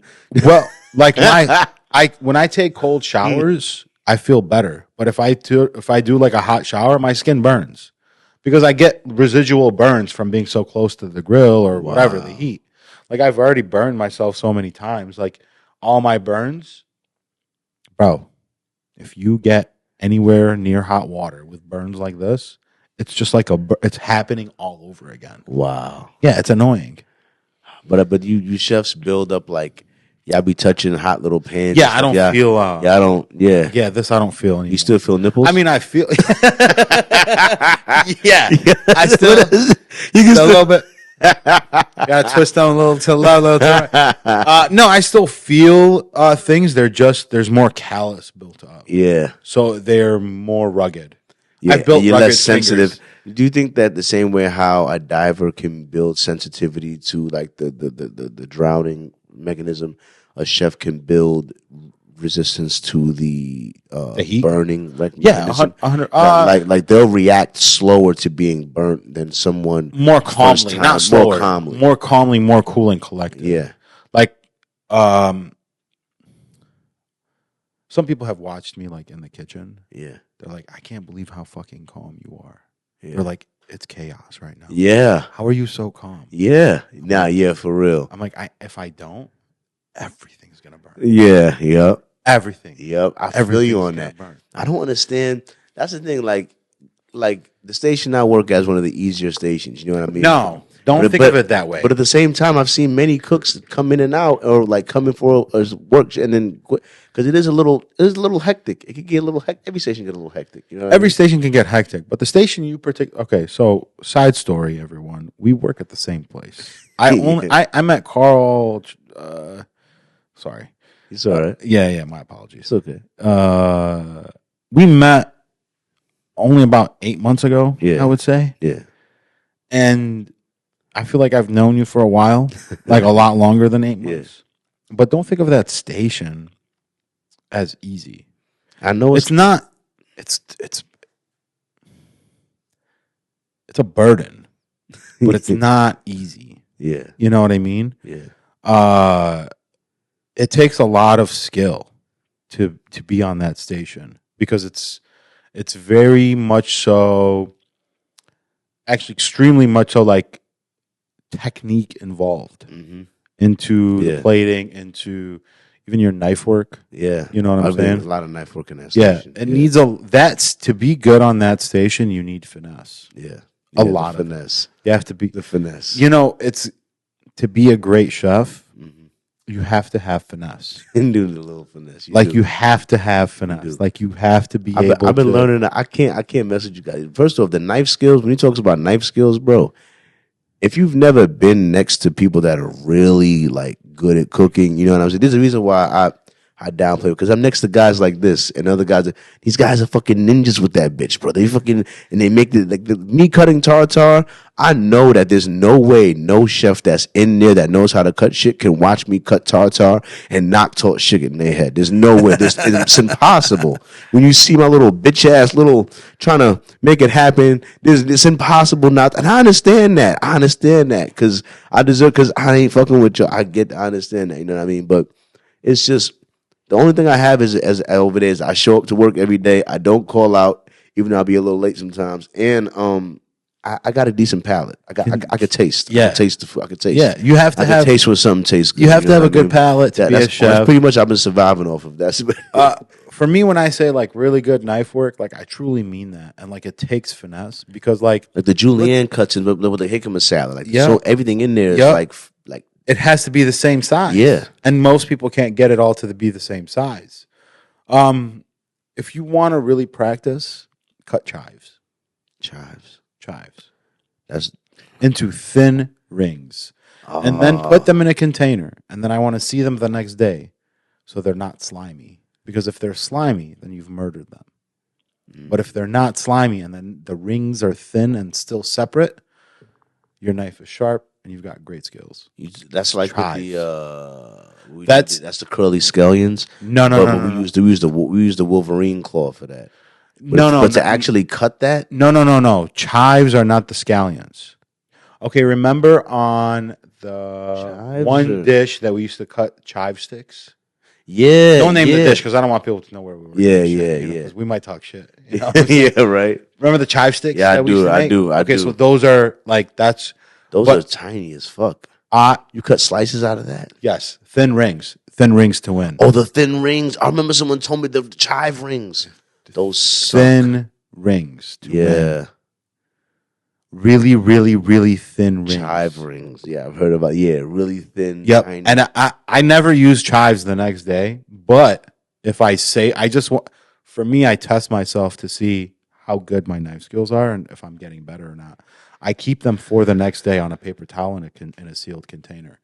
If they're slimy, then I fucked up because I've macerated them with my knife. Yeah, you mushed them. I didn't slice. You mushed instead of slice. It's a slice. Yeah, you got to slice through that. And in fact, you need a full motion to do that too. So exactly. You're using the length of the blade, not just chopping. Correct. You slice. Correct. And I'm not pushing down. I'm just I'm just moving more back and forth than up and down. Like I had to learn that like too. a violin. Yeah. Just like a violin. You're not picking it up. You're not doing. You're just. I swear, I can really see when someone that is cooking. Like I can see when they know how to do that, as opposed to me being a fucking klutz with it. You know what I mean? But you need a sharp knife. I could almost see it. So sharp knife makes the total difference, man. Like people always like, oh, you can cut yourself. I'm like, no, false. A dull knife is what you can cut yourself. But this is the brand builder segment. My bad. Brand builder segment. So you said it before. I think earlier that you didn't want to plug. You didn't want to plug it, but I'm first of all, I'm gonna have your social media scrolled up on there anyway. I appreciate that. Even though they got a request to get up in, you know what I mean. But is there any So it could be your business, it could be your future business, or it could be if you have a friend, their business you want to promote.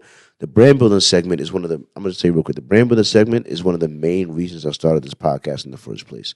When I said to myself I wanted to build a brand and I wanted to build like a rapper thing or whatever concept thing, whatever I was trying to do, I was like, I need accountability. I needed somewhere where I show up every week and I talk about my brand, talk about what I've done to move it forward, what I've been researched, what I've invested in, what I'm doing to try and make my brand better. You know what I mean? Yep. So it's helped me because every week I'm like, what am I going to say? I ain't do shit. I ain't do nothing. I ain't thinking nothing. I know It holds you accountable to keep up with your daily life, to see what you've done, what you haven't done. Yeah. And if I haven't done nothing, I better have a good reason why. Either way, I got to come pay the pipe every week. Exactly. You know what I mean? To talk about, it's a good accountability. What you doing with your brand? What you doing, buddy? What you doing? You doing fuck all, buddy? What you up to? You know what I mean? Yep. So at any rate, you know what I mean? It's also a good opportunity for my guests to plug their business, plug their social media, good promotional opportunities. So like I said, what you got for the people to look out for?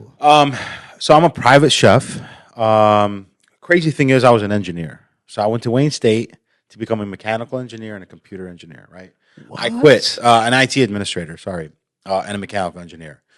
And then I just dropped out. Easy money. Because I got a job working for a giant corporation doing exactly what my degree says, but I was bored at school. I didn't give a fuck, and I was just like, whatever. Like, I can tell you right now, some of my classes, my teacher said, I need you to show up to the finals, write your name on the final, and hand it in. I don't need you to take it. I already know you know your shit. Just walk the fuck out. Don't waste my time. That's what some of them have said to me. Wow. Whether it was like robotics class, any of my programming classes, things like that. I love engineering because at least that field, you are very analytical in seeing what could happen in the future. You know, if I'm building something or whatever, I wanna build it and then scale it out and see how it would survive in different conditions, whatever it may be. You know, so I'm very analytical about situations, and that's kind of like a fault. So have you not? See, one of the reasons I wanted to get into engineering, the only reason why, is because of the rumors of this energy source that's there that we're not allowed to tap into. You know what I mean? As far as the 0 point energy or whatever, re-engineer. They said it was a corporate. They said there's 6,000 patents that the government has come in and taken from people. Yes. You know what I mean? That a lot of them are involved in energy. If something's too efficient, it could disrupt the oil thing. It can disrupt everything. Powerful, you know what I mean? I mean, there was free energy back in the day. Like if you visit any cathedral or temple, especially in like Eastern and Western Europe, you can take a look at their domes. You can go to Russia. You can look at different pyramids that were built around the world. The very apex, the very tip of the it's that Tesla energy, that wireless energy. Yeah, it's extracting the energy from the atmosphere. Yeah. So there's energy all around us. It's just harnessing. We are energy. You just have to figure out a way to harness it. Harness and tap into it, exactly. So like, why were the entire facade of the pyramids covered in limestone, except that top piece? That top piece was covered in gold. Underneath it was copper. Underneath it was mercury. So the way that you do that, gold is very stable. Copper is not. However, it conducts electricity. Gold does not. Right? So whoever was working up there wouldn't get electrocuted. However, the electricity would pass through the gold to the copper. You'd harness it into the mercury, and then you'd be able to use it. Places of worship. Mercury could be liquid at room temperature or something. So yes. It's very easy to move around, carry the energy, and move around. Correct. Correct. You know what I mean? Correct. And a lot of cathedrals, whether being Christian or Catholic or whatever, if you look at their domes and how they were set up, a lot of their domes have that same exact particular setup where the very tip of the dome is gold, followed with copper, and then that copper encloses the mercury because the copper attracts the electricity, it's stored in the mercury, and then it's spread out. So I think we forgot, and we did talk about this briefly. I think as humans, we forgot a lot of our full potential. But I think that one of the reasons why I heard the wiseness behind why Elon Musk, when he did OpenAI, when he funded them or whatever, he doing a lot of these things to make, because the reason why people die in these patents because they try to keep it for themselves. Mm-hmm. When you try to patent it and you're one person and you have all the knowledge, that's when they come kill you and come take all your research or whatever and come knock you up, right? Well, it's because they don't want you to have it. Yeah, but if they don't want anyone else to have it. Yeah, but if you open source it from the beginning, if you don't try to, it's almost less dangerous if you, instead of trying to keep it for yourself, make it open source and release the information to everybody. Right away. So everybody knows. Right away. That way, listen, it's not me you got to take out. Everyone has it. It's not just me. But hey, a lot of those people get taken out still before the information can actually. So they're doing the research. They're almost discovering it. And they might tell a friend. Yeah. And then that friend tells a friend. Yeah. Then everything gets fucked up. Yep. Slips sink ships, you know. I'm telling you, right. You're right about so, that. like, and then once, and plus they're fucking listening to us at all costs. 100% every time. All the time. So, like, you know it doesn't matter. I mean? Even if I open this fucking thing up and take the battery out. I had a friend that I played games with just because of that. He was super packed. He said it was because he was an immigrant later on. It's funny. My homie Muhammad, he came from like Africa or whatever, and it was during the Obama administration. Yeah. But he was super paranoid about the government and stuff, always coming for him and stuff. And I would make jokes on a phone call. I'd be talking to someone on the phone, and I would say certain words like, you know. That's fucked up. That's fucked up. I would like pretend like I'm. Hey, that's a real immigrant thing because I still have that fear. When like people like fuck with me that were born here and shit, and they call me and like they'll say fucked up things. I'm like, hey man, stop that shit. Like I heard he's gonna be in town at this time. Yeah. Doing. Like, hey, stop that shit. That's a real immigrant thing. I still got it, even that big. He's hung. I remember him hanging up on me so fast. Fucked up, man. That was the easiest way to get him to hang up. If I started saying it, like I'll be like this. I ain't even gonna say it because I don't want to. I've had enough of the algorithm mess with me now as it is. You know what I mean? Yeah. But yeah, it just be so funny, man. Him reacting. How did we get here? Oh, I was in engineering. Sorry, I'm sorry. Engineering, yeah. Man, we go off topic, but I love when we circle back, man. It's the best. Yeah, I love it. Yeah, absolutely.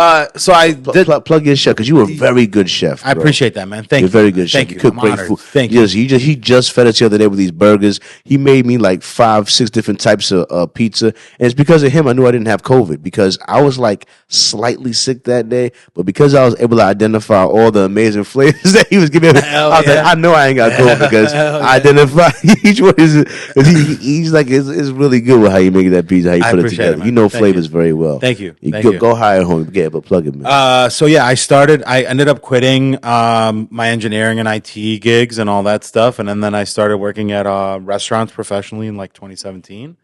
In 2020, because of COVID, I just started my own company, and I just was like, you know what, I'm gonna do my own in-home catering. Whoever wants me to be in their home, I do private dinners, you know, fully coursed out, like 6, 7, 8 courses. I had a client that I did 9 courses for, and I love it. It's one of my favorite things. The company's called Crisp, CRSP, and the reason why I chose that name, funny story. It's not funny. It's just, I like saying that, but crisp is the only English word that from the moment you say it till the moment it ends, it flows from the back of your mouth to the front of your tongue. Crisp. Yeah. It ends in the front. Yeah. And I feel like with the back of your tongue all the way to the front of your tongue and crisp, because I'm a caterer and I am a chef and I love to taste food, for me, that was only the most appropriate thing in the world is to choose that name. And I like everything that's crispy. Like, crispy, that like texture. Not just in texture, but like I like crisp apples. You know, like that bite, that snap. That snap. That's why I love the Coney dogs in Detroit. I respect Lafayette. Yeah, dog. Lafayette over American. They that snap. That snap is different. That crisp. Yeah. You know, it's not technically crispy as in like crunchy, but it has its own definition to it. Yeah. So my company's called Crisp, CRSP. I love that. I'm on Instagram. I don't post much because I'm not disciplined. I'm not not that I'm not motivated. I just need to get back not that I just need to get back to it. I just need to do it every day. Yeah. You know, Instagram is crisp CRSP_CO.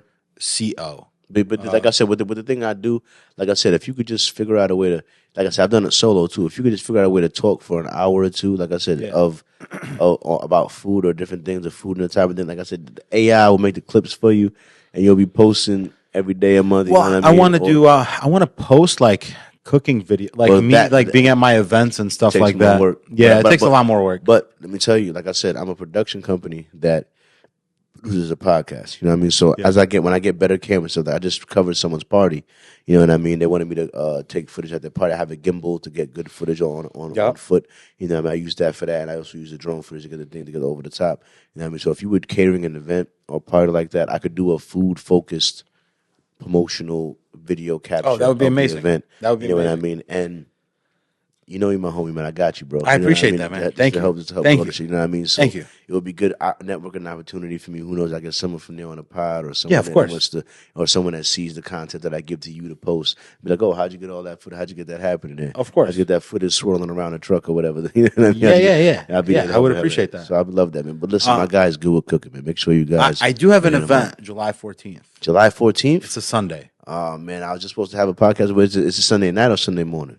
It's gonna be like all day, all night thing. All day, all night. Okay. That's okay. I'm gonna I have a few more. That's interesting. lined up. Yeah. That one was a little bigger one, so I wanted you to be there. I might be able to do that because like I said, the pod is only 3 hours out the day, 2-3 hours out the day. We'll figure it out. Sunday, I'm available all day. I know 14th is a Sunday because I was just talking to him about the pod on Sunday. I remember. You know what I mean? I was scheduling him, and like I said, but that was like I said, 2-3 hours. Rest of the day, I could pull up there, get some footage, fly around with the drone for a little bit, capture everything. You know what I mean? I'd be absolutely willing. I would to do appreciate that, man. Thank you. No problem. I'd love to. You know, so I started doing that, and then like I don't know if I'm not gonna call myself a masochist. You know what I mean? Because like I'm not in it for the money. We don't make any fucking money. Like most of us are poor as fuck. You know, like we're not in it to make money. Like you have 2 jobs, right? You do a podcast. Yeah. I work at the same restaurant you work at, and then I do my catering stuff, and then I do other stuff on the side just to make money and whatever I can. Yeah. You know, I'm not in it for the money. Yeah. Even if I were to have my own restaurant, there's no guarantee because, like, 1, I'm putting up a lot of money, and then 2, it can fail within a year, and then all that money is gone. Exactly. It's just gone. It's not that I can't get money isn't enough to drive you. No, it's not at all.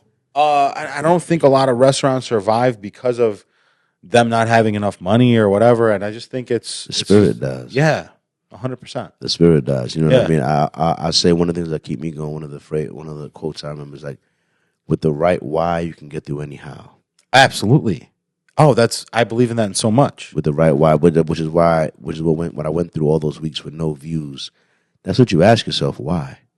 Why show up again? Why? Yeah. Why? What's the point? Why are you trying to do this? Even if you do make it, like, well, why? Your why has to be strong enough that the how doesn't destroy your why. You have to, where the how and the why meets. You know what I mean? To get to where. Why am I doing this? Even if I do this for the long run, what's the point and why should I continue doing it? To get where? To get where? To get where? Exactly. Because you're going through this how, why, to get where. How am I going to get there? Exactly. Yeah. So I believe in that 100%. You're killing with this phone. Yeah. I gotta get you up. I gotta get you a phone. Nah, because I keep shutting it off because we keep having this. But anyway, gotta go. I had damn it, this damn. All right. So a couple last things. How are we looking on time? You good? Yeah. We kind of got to wrap it up a little bit soon. You know, we do for real. Yeah, for sure. Damn, this is the real time. Damn, yeah.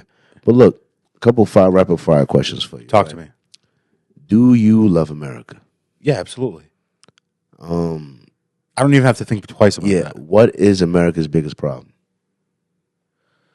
Understanding.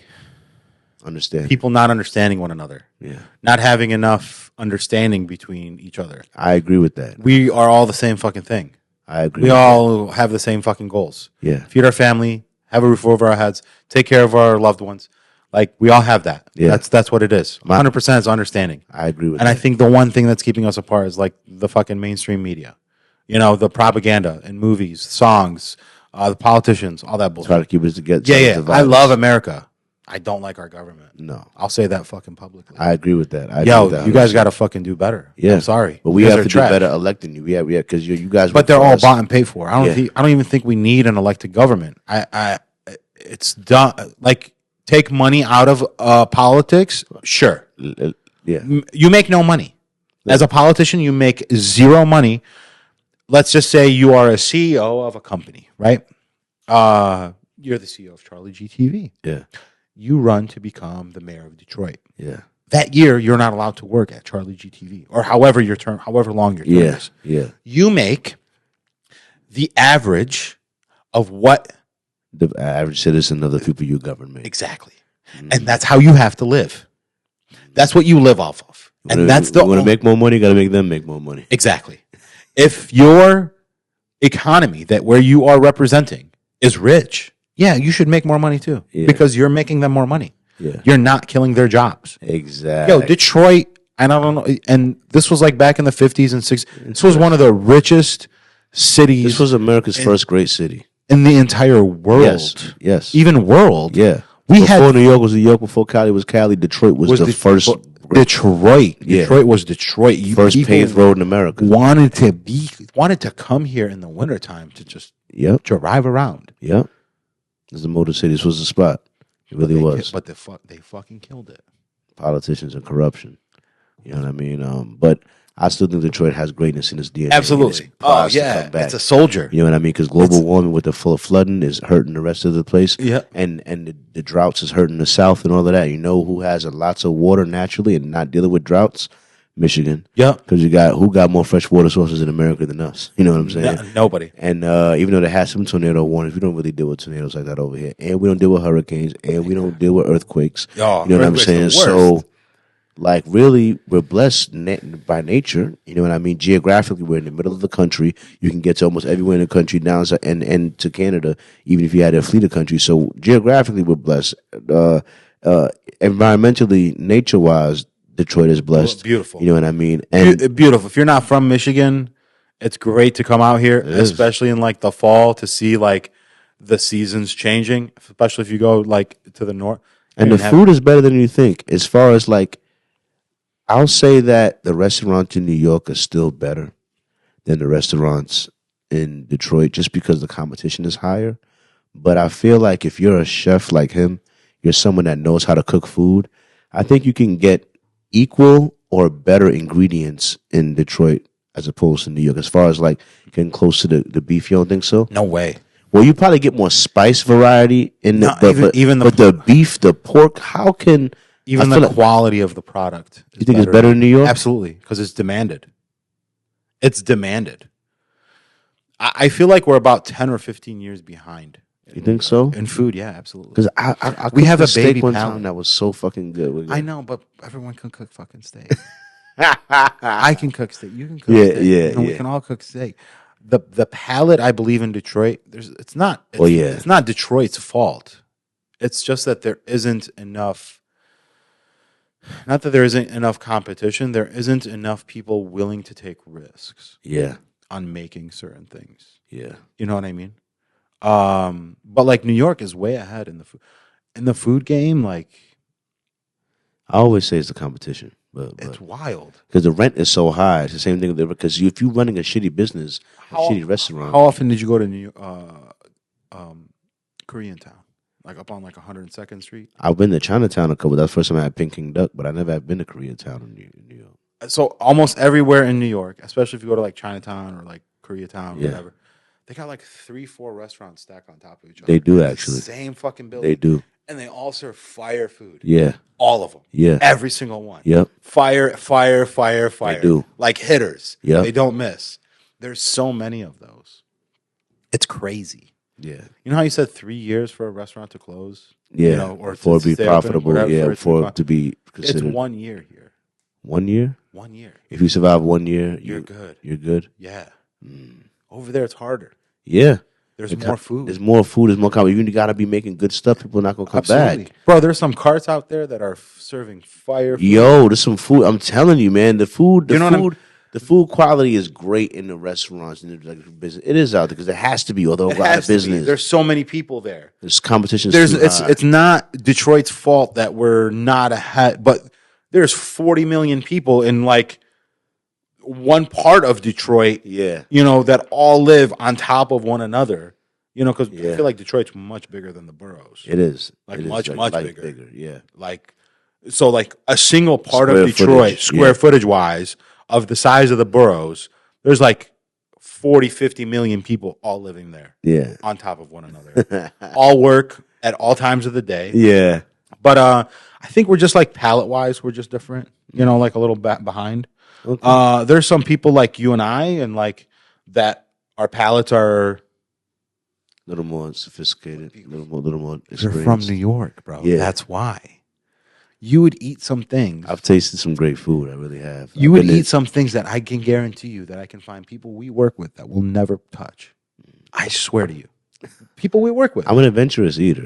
Same here. I'll try everything once. It's because I'm not allergic to anything. I feel like that means I'm supposed to try everything at least once. You know what I'm saying? So I'll eat the sushi, the oysters, all the stuff. Even if you were allergic, you stay away from what you're allergic to, but then try everything else. Yeah, try everything else. Try everything. Variety is the spice of life. It's part of... Absolutely. You know what I mean? Try everything once. Exactly. You know what I mean? So, all right. Rapid fire, sorry. Yeah. So much more I wanted to get into, man. I didn't even get into fucking any of the women, the women's stuff or the men's stuff. That means I got to have you back on, man. That means I got to have you back on one time. Would you come back on one day? Absolutely. Right. I'm honored. I would be deeply in debt to you. I'd be indebted to you. I appreciate you. I would love to come back on. I appreciate that. Well, listen, Fahdi, I wish you a very, very long life. I hope you live a very long time. I hope one day you're like 85 years old and you're talking shit to somebody like, I was talking my shit on a podcast in 4K. You know what I mean? You should go. I'll pull it up right now. What is a message you would want to have for old 70, 80-year-old Fahdi watching this? What's a message you want to have for your older self? Take it easy on yourself. Would you work yourself too hard? Not even physically. I'm hard on myself. Overall. You're your worst critic? Oh, absolutely, 100%. I so much so like I bombard myself with negative thought. Robs you of a little joy. Absolutely. Yeah. Go easy on old Fahdi. Easy. Yeah. Right? Old Fahdi, you learn to go easy on yourself, and that's why you're 85, 90 years old. But that's part of what drives you to greatness, though. You know what I mean? It's like, you know what I mean? If you're not too critical of yourself, then you think you're not going to improve. But if you're too critical, you can't. You got to enjoy the journey, not Absolutely. just the destination. 100%. That's what I can remember. Yeah. Old Fahdi. Yeah. All right, take it easy on you. You know what I mean? Yeah. Is there any message you would want to? What is your advice to 20-year-old Fahdi? Should have started this shit sooner, man. But that's okay. Every day, it doesn't matter if I started it 20 years ago. As long as I start it. Yeah. That's my message. Doesn't matter if you start it today, as long as you start it. Start it. Just start it. Get up off your ass and start. Like exactly. Episode 1. Yeah. All right. The first service. The first step. Yep. Put it together. I appreciate you coming on here today. I appreciate you for having me on, man. Thank you. No doubt. Yeah. Listen, man, make sure y'all go follow my guy, all right? Make sure y'all go follow him. He definitely deserves it. You know what I mean? And, I already know I'm going to get the music ready for y'all. But look, as I always say, there's a lot of places your ears could be. I'm honored they chose to be with me. When in doubt, use calm honesty to express your vision. And most of all, thanks for listening.